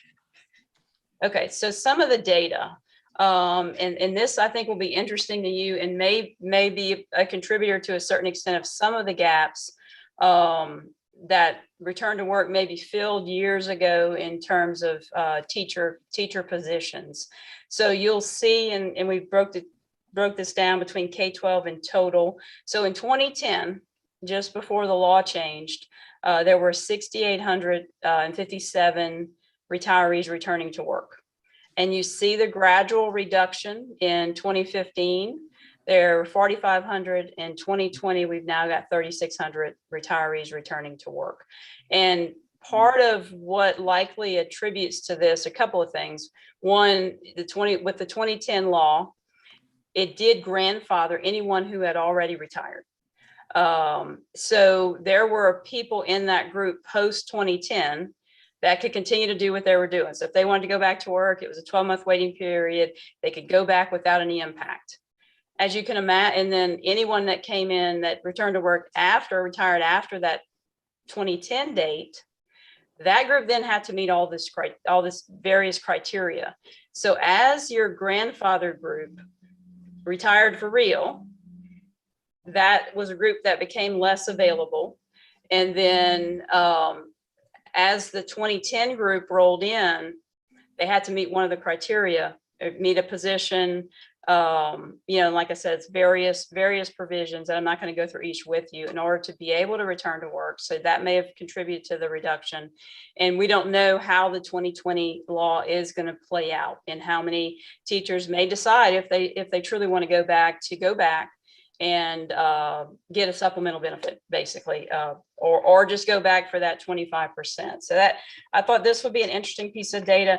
we produce a report every year. We present it to our board in January that rolls up, and we've been doing this since 2010 because of all the changes in the law, that rolls up the experience that we've had in the prior year based upon those of you that are in districts, that end of year report that you submit, that our auditors work on. They roll up a report that provides lots. It explains the law. It provides lots of data related to it. So I'm happy to share that with the group if you'd like to see that. Next slide. And I'm gonna really wrap it up. You kind of see where the breakdown was in the 2020.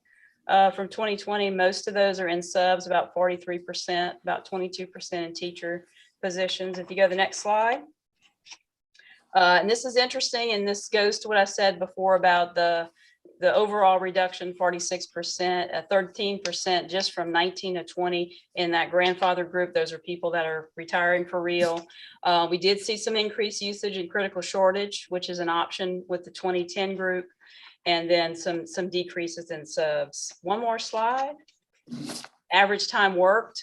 It may be an interesting data point. It's increased actually post-retirement, those that can return to work.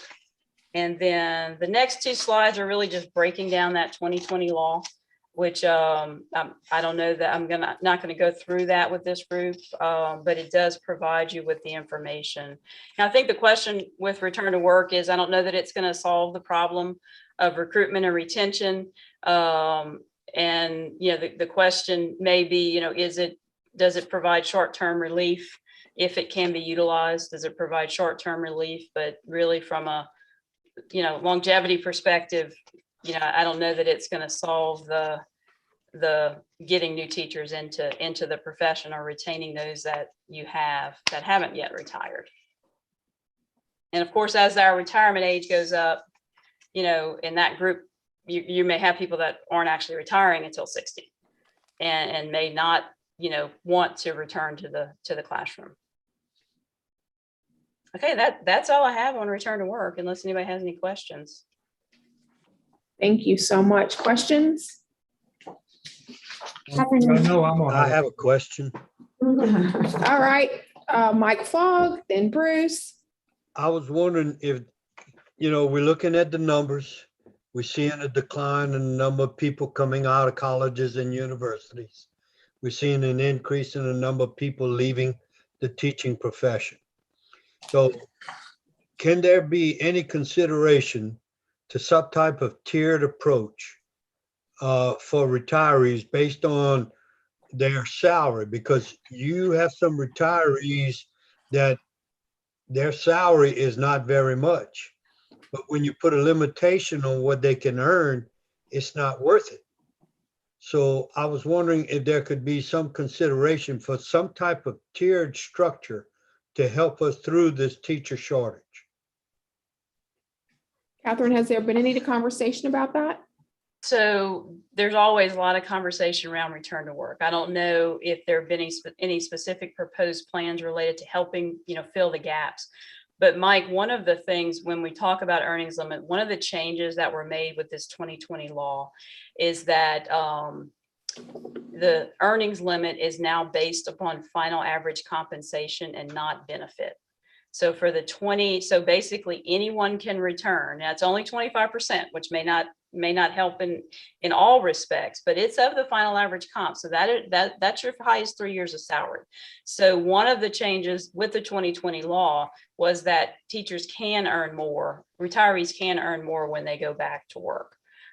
That's probably not specifically with what you're addressing, but that is a difference. But no, Kim, just in general, no, I don't know that there's been any, this task force may be the first group that's discussing it from the assisting in filling gaps perspective. Thank you. Bruce? Okay. From the Personnel Directors Association standpoint, there's not one of us that don't believe there's not one of us that are against going back to the old 2001 rule where we're not against sitting out a year, have no problems that you cannot come back to work unless you're been out a year. But here's what we're requesting. This is such a dire situation right now that we're facing, that maybe we could put a time limit for the next 5 years. After you've set out a year, a retiree can come back without an earnings limit, period. Because the critical shortage, even there are some helps with that, but if we're going to declare a critical shortage area, the hoops that we have to jump through, it takes weeks to get a critical shortage area declared on a position. And here's briefly what has to happen. We have to advertise in our local newspaper for 2 weeks or twice, which is a 2-week period. Now, this next one, I do not understand. We have to send it, that opening, to every university job center within 120 miles of Livingston Parish. Why? Nobody's ever been able to explain that one to me. So that takes a period of time to allow that to be advertised, because I have to sign off on a document when we hire somebody and we're declaring a critical shortage. I have to sign off that we've advertised twice and I've sent it to every university within 120 miles. Again, that's a 2 to 3 week process. That's a 2 to 3 week process where more than likely we've got a mom or a dad that's not certified, that's babysitting in a classroom, teaching their kids. When, if we could look at a time frame similar to the 2001, you got to sit out a year, but after that, we can hire a retired retiree without that earnings limit. Because I can tell you, every week I am having conversations with retirees that would come back to work today, but that 25% earnings limit is a deal breaker, because I don't know of any profession. We had doctors, nurses that came out of retirement to come help with the pandemic. They got paid, but I don't think anybody's retirement benefits were suspended because of that. We don't have that luxury within the teaching profession. And it was kind of brought up in her presentation. I'm hearing more conversation from experienced teachers telling those that are thinking about going into education, don't do it. You're going to have to work till you're 62 to draw full retirement. So that conversation is happening, but we need help with this, and it's going to take legislative action. We need help with this today. And I know that can't happen, but we've got retirees that if this law were changed, I could have certified teachers teaching our kids immediately. That makes a difference in our kids' education. That right there would be a huge benefit. And if we only said 5 years, I'm not saying indefinitely, because I'm hoping that this trend of having more retirees than college graduates is going to change. So if we could look at a 5-year period, but this one thing right here needs to change, and I'll be quiet. And I'll just note, as I mentioned, to kind of start the discussion of return to work, and Senator Pope, you're going to be very familiar with this. Anytime you expand that group or make that change, there will be a cost. And sometimes it's direct, or it's always direct for the most part. And then there are some underlying actuarial costs, which could ultimately play into raising the employer contribution rate. So again, I just want to make that note. And with any retirement legislation with an actuarial cost, it is a 2/3 vote that's required. So that's why I say we see a lot of legislation. Not a lot has passed, but we do see a lot of legislation surrounding it. And Catherine, I definitely respect that, because it does cost us a lot of money, but what cost to our children's education is happening because of that? I know there's a cost. I get that.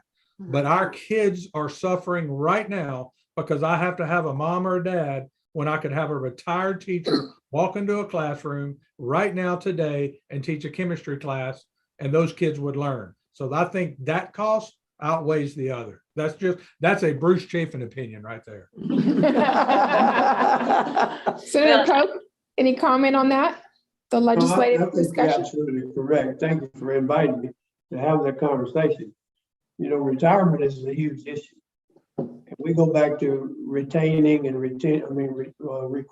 retaining teachers. And if we ever forget the fact that this is not a benefit to our people, then we're missing the boat. But I don't know that it does come with a cost. I mean, you know, she and I have been having this conversation for a while, and I think she's absolutely right. It will be a cost to somebody. It will be the system to the state. But it goes back to what Bruce had said, and I agree with him.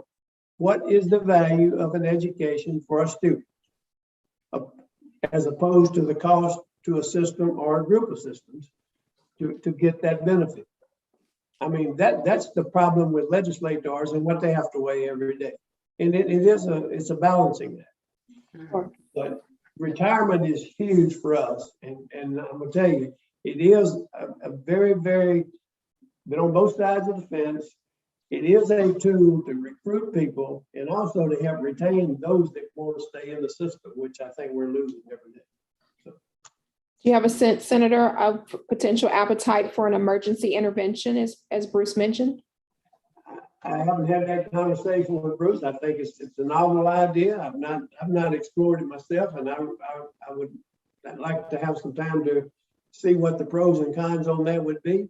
I'm not sure 5 years might be enough. I don't know. I mean, where are we going with this task force as to what we're gonna find out? You follow where I'm going? We know that we got an issue. We know that we've got a problem with the numbers of people that are coming out of our colleges and universities to get in the business of teaching kids. I mean, we've had that discussion forever, and certainly for this task force we've had. But where are we going with that? What are we going to do about it? That's the issue that I have. I don't know. Right. Yeah, I mean, and I think the point, certainly your point is an important one, Senator, and I don't know if Representative Mincy is able to weigh in, but pre-COVID, multiple hurricanes, this was an issue that Representative Mincy certainly wanted to make sure we address. It has been exacerbated by the pandemic, multiple hurricanes, coastal destruction, et cetera. So the job has gotten harder. And so I think we have to talk about, are there emergency interventions? Are there longer term strategies? How do we marry those up, and how do we make the case, recognizing that, we don't teach in a vacuum. We teach in the reality that exists in our states. And it has been major disruption for a year and a half plus. And so how do we think about that as a task force, and how do we articulate that as a task force? I think that is the mission of our effort. Paula? Thank you, Commissioner. I wanted to ask Bruce, your 120-mile radius of universities where you need to send the job opportunity, is that a district requirement or something else? That's a requirement that is put up on us by the state. Okay. Yeah. That's where I was curious, because that was news to me. Also, I know I was at another university prior to being at Southeastern when the rule kicked in about retired teachers having to wait a year. And that cut our university supervisors tremendously, because they would retire from the K-12 system, come get a part-time job at the university supervising, then it was student teachers, and we had to wait for them. And we had to wait a year, and then by then they found they wanted to do something else. Maybe they bought a condo on the beach, who knows? But they were out of which sounds like a great idea, doesn't it? They were out of commission, and they weren't coming to the university to help us. And then if you take that away, university supervisors would come supervise student teachers, which meant they were staying in the classroom in a different capacity. And then they realized that they may miss the classroom. And they would leave the part-time job and go back to the K-12 school. So you're keeping them in that pipeline, but with that 1 year separation, or however many years the separation might be, it affected both teacher prep and K-12 education negatively. Got it. Yes, sir. And Paula, you may have answered that slightly, but I guess my question just generally was, why would a teacher retire and then want to go back to work within a year or whatever once they've retired? I mean, why do people retire and then want to go back to work in the same job? Is it because it's part-time or they have more flexibility? I'm just wondering what the rationale is, or if there's an incentive for that. I don't know if there is or not, but. Well, people make mistakes all the time. And people change their minds all the time, and they retire and realize, oh my goodness, this is not for me. Let me try something a little bit different part-time. And like I said, they'll come to the university and then realize how much they miss their third grade classroom. And they go back to teaching because they realize they've got so much more to give. I've had friends who have retired from teaching and they began to volunteer, and they volunteered in the school so much that they were working full-time for free. And that's why they wanted to go back. Hey, if I'm going to volunteer 40 hours a week, then I'm going to get paid and do it 40 hours a week. And they just realized retirement is not for them. Well, and Barry, I'll add to that in terms of incentive. If there's no limitation on your retirement benefit, no suspension or impact on your retirement benefit, the incentive, and not to in any way suggest it's nothing more than wanting to serve those children, is that you could receive your entire retirement benefit and an entire salary. So under the 2001 law. And that's where those patterns change, because when you can do that, you're likely to retire early. Just explaining kind of where the actuarial cost comes in, not taking a side on it, but that's where you're incentivized to retire earlier than you would have, because you know in a year you can come back and receive both your benefit and a full salary. Well, and I would suggest that's probably the reason we've been tweaking this, because having been around the legislature, that's a sensitive issue with a lot of legislators, just to be honest with you.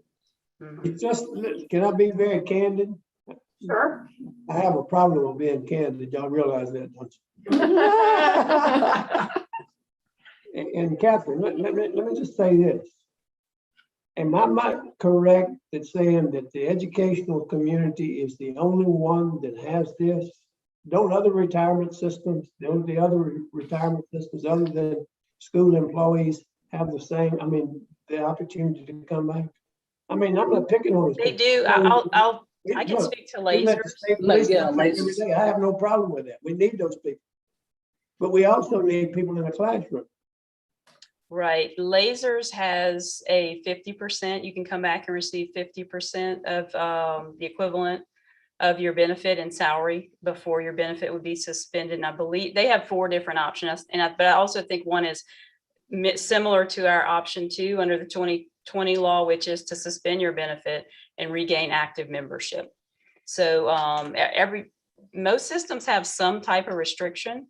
It's just the limits and the parts and pieces to it are a little different. But yeah, I'm not aware of any other system that's completely free and clear like we were in 2001.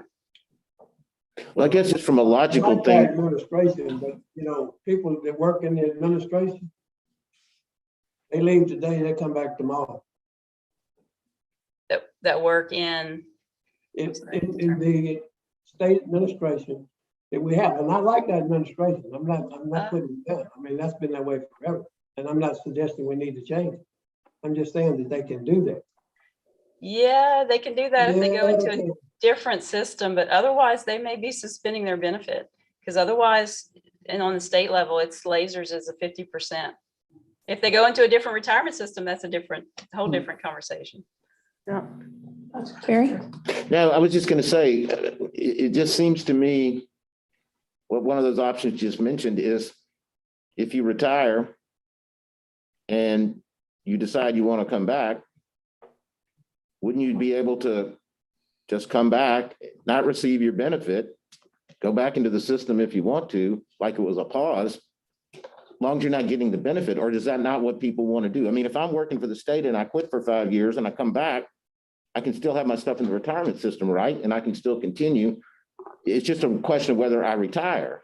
And it seems to me, and this is very simplistic perhaps, but if you retire and you change your mind, why don't you say, I'm going to go back to work. I'm not going to take the retirement benefit. I'll go back into the system and then I'll retire when I really retire. Or is that not possible? I mean, it probably isn't possible, but is that not a solution? I mean, it seems like it's actuarially sound. It seems like it doesn't cost another amount, or is there something I'm missing there? I just don't know. And the retirees are not going to do that. And why would they not? You'd have to ask them that question, but every single one that I have a conversation with, I take that back. I have one that forego her retirement to come back as a teacher, but 99.9%, if I tell them their retirement benefits are going away to come back, they don't do it. Well, then that seems like a compensation issue, I guess. Yeah, that's exactly right. Yeah, okay, thanks. This is Janet Pope. Can I add something to the conversation? Yes, please. Okay. First of all, while we're talking about what other groups can do and can't do in retirement, I know, and correct me if I'm wrong or something has changed and I haven't realized it, but you can look like it's state troopers. They can retire at full compensation at 20 years, and then they can go and be like a city cop or, some type of security. They can do something else. And I'll just switch gears a little bit just to add to the conversation. A common theme that we do hear across the state from all groups is that we're having a hard time replacing someone who may go out on medical leave or who want to, who go out to have maternity leave and or take a sabbatical because they want to finish their master's or their PhD. So if you want to bring in a retired teacher, we not only want a warm body in there, we want a certified teacher in there.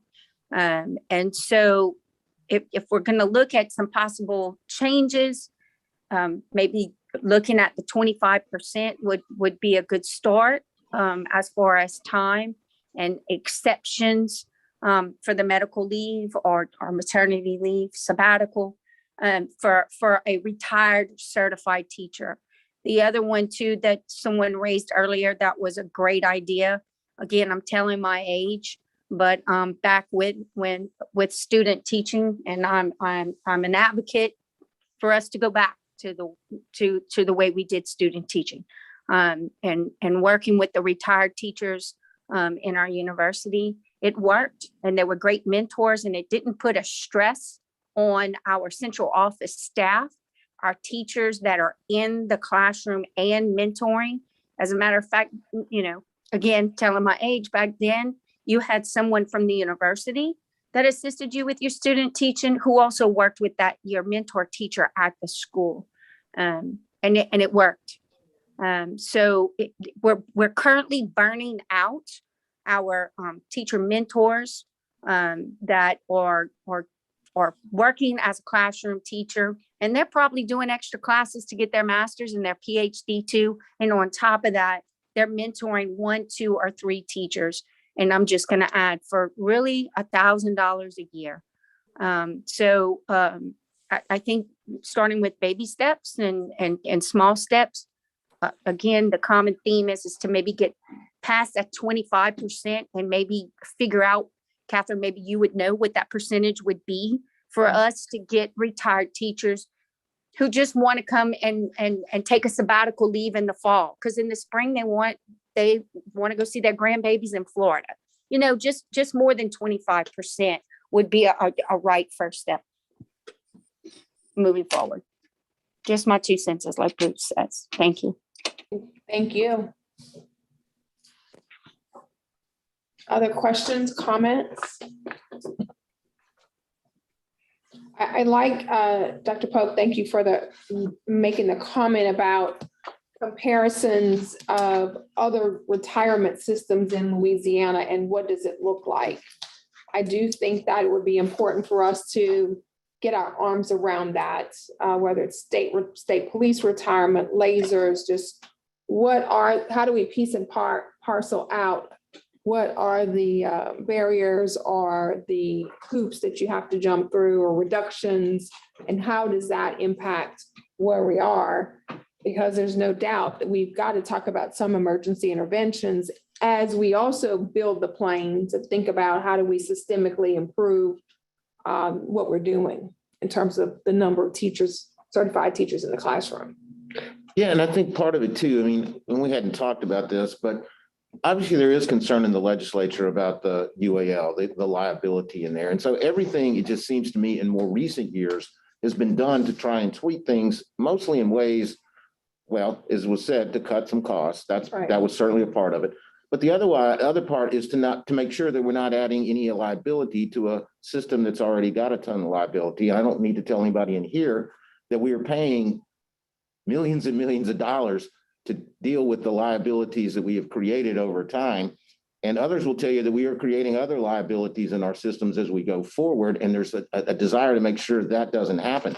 So to me, anything that can be done that, does not add to those liabilities or is done with eyes wide open that we're gonna, add extra cost to it is fine. But I think that's the issue you're gonna run into, because there's a lot of concern in higher ed and K-12 or as well as state agencies. They know how much money you're spending, not on retirement, but just on liability. And there's just a real concern, about adding to that liability. Yeah, but let me make this comment, not to throw gas on the fire. But the districts are paying over 20% the employer's share of the unfunded accrued liability. If you have a retiree that comes back and goes to work, they get their 8% back. Okay. The district doesn't get the 20-something% back. That stays with the retirement system. So I just think that point needs to be made. And I want to add to Mike's point too, because I just have to say this. If we would have funded this liability when it began in 1938, and instead of funding it in the past, and Catherine, correct me if I'm wrong, like really paying off the liability the last 10 years. And again, from a positive standpoint, we all stuck together on these reform efforts, and it has paid off, and that liability is ahead of schedule.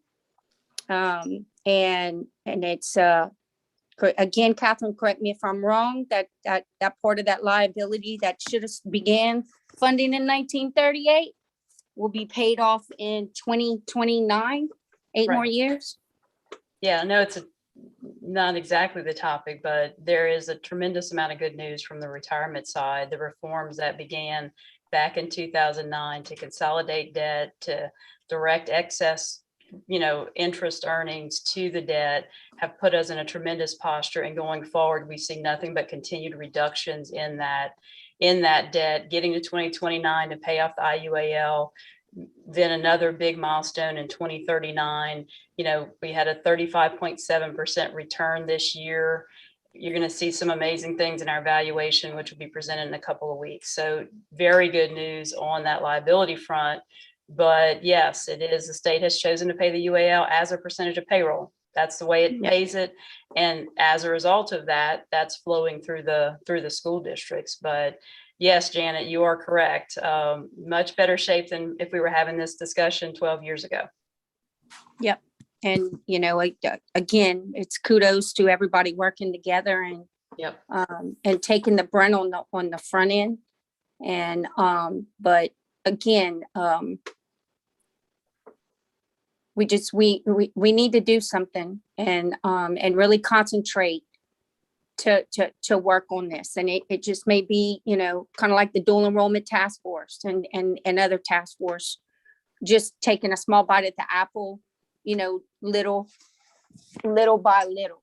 But I'm sorry, I just think that that conversation it just needs to be dead and over with. We need to say the reform efforts worked, and we're continuing to move forward with that. And I'm also going to add this retirement system. This retirement system, TRSL, is much better than Social Security. And that's another benefit to being a teacher. Thank you. You get no argument from this group, and I think Catherine even None smiled. I agree. There you go. Okay, so I'm going to move us along. Catherine, thank you so much. We have a couple of items that we'd love to hear from you about. Certainly the January report that you produced. If you have an inactive member report and any other information, we would greatly appreciate that from you as we continue this work. And I don't know if you all have done a comparison of the other retirements in the state and what those packages look like. If not, we certainly happy to visit with you or whomever you think is appropriate if that work's already been done. Yeah, we can put that together very easily. Okay, great. Thank you. We'll take you up on that one. Okay, so Mary, I think I go to you. Okay, yeah, thank you. Well, as we did earlier, when we were talking about recruitment, we had folks from the Department of Education as well as Board of Regents come to us with some of their initial recommendations to try and help us kind of get organized and kind of sort through some of the things that we have been talking about or that they've done some research on. So we're going to do the same thing here in terms of recovery and retention. So we're going to start with M. Cooper, again with the Department of Ed. And M, I think you have come with us, brought some recommendations, and then we're going to go to Melissa after that. Yes. Yes. So M. All right. So I wanted to just recap the conversation from July, where that meeting was mostly data and national best practices and models that are used across other states before leading into this set of recommendations. So really in that task force meeting, we talked about focusing on well-being for educators and some of the exemplars around the country and how that's helped reduce teacher burnout. We also talked about how important effective mentors are and residency programs, and then also some work around financial incentives, so compensation models and other incentives, along with strong induction supports for teachers in their first few years. You can go to the next slide, Barry. Oh, there we go. Okay. Yep. And you can go to the next slide. I don't think this was pulled out. Yeah. Oh, here we are. Yeah, it's the same slide. So from the last two meetings, just taking notes, I just chunked some of the things I was hearing into as few categories as possible. And this is really what I heard. So thinking about these in terms of recommendations. So heard a lot about effective mentors and residency. So I think it's important that we are studying that work right now across our state and what's effective and what is not and what needs to be improved. I think the second area is researching what well-being supports for educators could look like in school systems and how those could be funneled through to schools, and providing guidance to system leaders and school leaders on how to implement those. I think, hearing especially from conversations of people talking about LTAP and just supports from even our teacher preparation providers around new teachers, we have not had a statewide new teacher induction program in a while. And we also don't have anything for systems to even do on their own. So right now it's left up to them. And that ranges from anything from here's a policy manual and your insurance packet to more robust supports and everything in between. And so there's no real standard of a new teacher experience across the state as far as their first few years. So definitely want to explore that area more. The fourth area, which we've been talking about today, and I think every meeting, is around compensation models and incentives for school systems. So doing a study around compensation across our state and other states in the country and producing some guidance and next steps around what that could look like in Louisiana. Again, something that was resounding was to study our current educator accountability system. So how are we evaluating our teachers and leaders? What's working, what's not working, and what are some areas we could do to improve that evaluation system, while also using other states and even other countries as models for what that could look like and what research says. This number 6 is around support strategies for experienced teachers. So a lot of times we've been talking about new teachers, so in that first year or first few years, but we do have teachers who are leaving in the first 5 years at higher rates, and then even for more experienced teachers who still need supports in becoming more of an effective teacher. And so we need to build in strategies there as well. And then this last piece is around our school leaders. So I heard a lot from you all as far as, teachers who may leave the profession because maybe their principal or assistant principal was not strong, or maybe the climate and culture at that school was not what it should be. And so how are we not only recruiting new principals, so aspiring principals, but how are we supporting current principals in their role to make sure that they are effective in their role to support teachers? So these are 7 areas that I wanted to bring to you all today, just from really listening around how to categorize some things around retention. So Barry, I don't know if you want me to, can we go to you all or go to Board of Regents, or do you want to open up for questions right now or wait to the end? Why don't we just see if anybody has any questions on what you just presented? And I have one quick one. When you're talking about statewide teacher induction, could you hit on that a little bit about what that entails, or what you kind of envision with that? Sure. So this is really a new teacher experience. So most of our schools, I would say, are responsible for providing direct supports for their new teachers. And a lot of that comes in the form of a mentor. But we don't have a statewide strategy, Barry, for every new teacher in Louisiana to have a standard experience of support during their first year. So in addition to mentoring, trainings or support on classroom management, or social emotional needs of their students, or how to annotate lesson plans, how to support diverse learners. So just that additional support during their first few years that's needed on top of whatever preparation they already had. A lot of it is more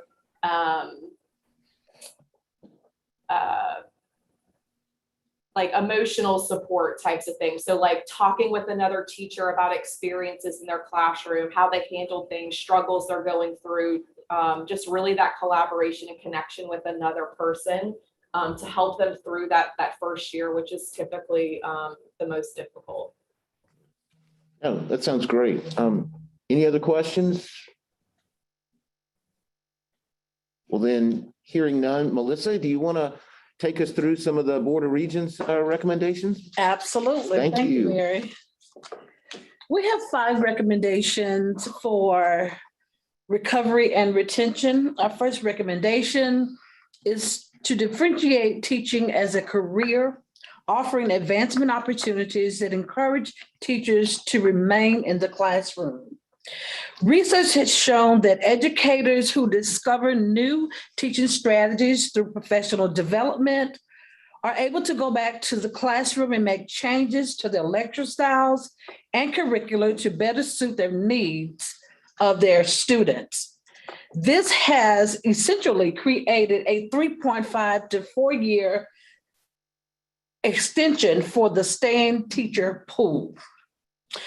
Our next recommendation is to partner with the Louisiana Department of Education to compile research and recommendations related to teacher compensation and benefits. Next, to work with the colleges of education to upskill teachers and staff to perform more effectively in a digital reliant world. And here we know that due to our past and current pandemic restrictions, as well as natural disasters, teacher candidates and educators have pivoted from on-site instruction to online instruction, and in some cases, they had to do both. Fourth, begin the discussion among teachers that address fatigue, burnout, and unmet needs. And lastly, acquire ideals and strategies to address teacher mental health and well-being and act on as many of their recommendations as possible. So we want to ensure that we hear our teachers, hear our educators by conducting a series of surveys, visit teacher websites, and perhaps other states that have collected this particular data. And that's all we have. Great. Any Thank questions there? I don't have questions, but I think from our notes today to supplement this list, we talked about a statewide messaging campaign on the value of teachers. And I think that speaks to some of your bullet around teaching as a career. And loan forgiveness on the financing side. Certainly, we talked about the return to work and some emergency intervention type conversation there that might allow us to get past where we are currently. So I want to make sure that we infuse our notes from the good conversation today with the prior thinking that has been shared by Melissa and Em. So thank you for that. Barry? Dr. Reed, I can include that or lump that in with the recommendations from last time where we did recruitment, where it was about that campaign around teachers. I can lump that into that category. Okay, great. Thank you. Two hand raised before we move on. Two hands raised. Okay. Barry. Alex and Paula. Okay, Alex, I can't see, so we'll go with Alex first, and then Paula. Yeah, these recommendations are great. They're certainly, none of them are hurtful, and they're all helpful, and I think are a good start. Our stance and from our survey data, like we really do believe that compensation is a challenge. And I saw him, of course, on the state's recommendations that you guys are going to study compensation and provide resources, but I understand there's limited funds, but is there a way that we could unlock funding that districts could leverage to actually make pay competitive that would help on the recruitment and retention? And whether that is the student loan forgiveness that I suggested, and whether it's policy support to helping teachers take advantage of loan forgiveness programs that are provided by the federal government, whether it is like really exploring different like housing subsidies, whether it's like, I know that the state has just released funds that districts could apply for innovative grants. Like, could this actually be tied to teacher pay and us pilot different compensation systems? Like, I just would want to hopefully try to get to the root challenge that I think is really contributing to a lot of our teacher workforce challenges. Yeah, I'll add that, Alex. Those are great ideas. Great, no, thanks very much. And Paula, I think you were next. Yeah, thank you. I'm a little disappointed that I don't see anything about the curriculum. The teachers who have retired since, say, 2013 have said, I'm going to retire before the State Department takes all the creativity out of the teacher. And it's the creativity, the talent, and the autonomy that the scripted curriculum is sucking away from the teacher. And if you're going to recover and retain and value and respect and applaud a teacher's talent and a teacher as a hero, it's because of what teachers can do themselves, not the script that they have to read from. That's my 2 cents, as Bruce would say. Got it. Thank you. Yeah. Just a point of clarification. I want to make sure we're clear. we're bringing staff recommendations based on the research that's been done prior to the meeting. So these are draft recommendations for you to respond to. So Paula, to your point of, I'm disappointed. We want you to add, this is iterative process, right? We want you to say, I need a little bit more of that, a little bit less of this, so that we have the best recommendations possible as we move forward. Someone's helping prompt me on that. That must be my fabulous blend. So as you see here, you're going to receive an email. The task force will be requested to review the proposed draft recommendations, provide feedback. So we'll take it today, we'll take it by email, we'll take it in person, however you want to give it to us. And then we'll have an opportunity to work on this initial draft report and to discuss it, share it in advance, discuss it at the task force meeting. Remember, this is a two-part dance for us. We have an initial report due, I guess, January to the legislature. We need to get it to our board in December. And Bessie, we have a joint meeting with them in December. But we have, I think, a 2-year assignment from Representative Mincy and others. So we have more work that'll be done. So this will be an opportunity for us to bifurcate. These are the emergency things, or this is the research agenda we need to make sure we're smart in the final recommendations or the more longitudinal recommendations. So just wanted to make sure we made that point of clarification. Yeah. Anything else? Oh, public comments. Public comments. We do have 2 public comments. So Okay. I'll jump right in to share out our 2 public comments that we've received during this meeting. And I definitely want to acknowledge those who have been watching in the live stream. Our first public comment comes from Dr. Blanchard from the Executive Director at the Leadership Development Institute at LSU, commented that the Leadership Development Institute at LSU researches the topic of teacher burnout and turnover and provides interventions and coaching to partnering districts to promote mental health, wellness, and stress management, which is the #1 reported indicator of teacher leavers. We have just submitted a $4 million grant to the United States Department of Education to fund this intervention for new teachers in 7 Louisiana districts. Please feel free to contact us for more information. So we'll also include this public comment in the follow-up email after this meeting. We also received a public comment or a comment from Cynthia Posey, the Legislative and Political Director at the Louisiana Federation of Teachers and School Employees, commented that there is a way to provide relief from the current federal accountability metrics. It is possible to amend Louisiana's Every Student Succeeds Act application. While the U.S. Department of Education sets accountability guidelines, the state's individuality decide how to implement accountability policy through their ESSA application. Many states have recognized that accountability policy in their original application has had a negative impact on teachers and students and amended their original application. If Louisiana wants to recruit and retain certified teachers, we need to take steps to create an accurate and meaningful evaluation system by amending our ESSA application. And we'll also include that in the follow-up email to all the task force members. And that is the 2 public comments that we received during the meeting today. Thank you. Really appreciate people watching, tuning in, and being thoughtful and giving us more information.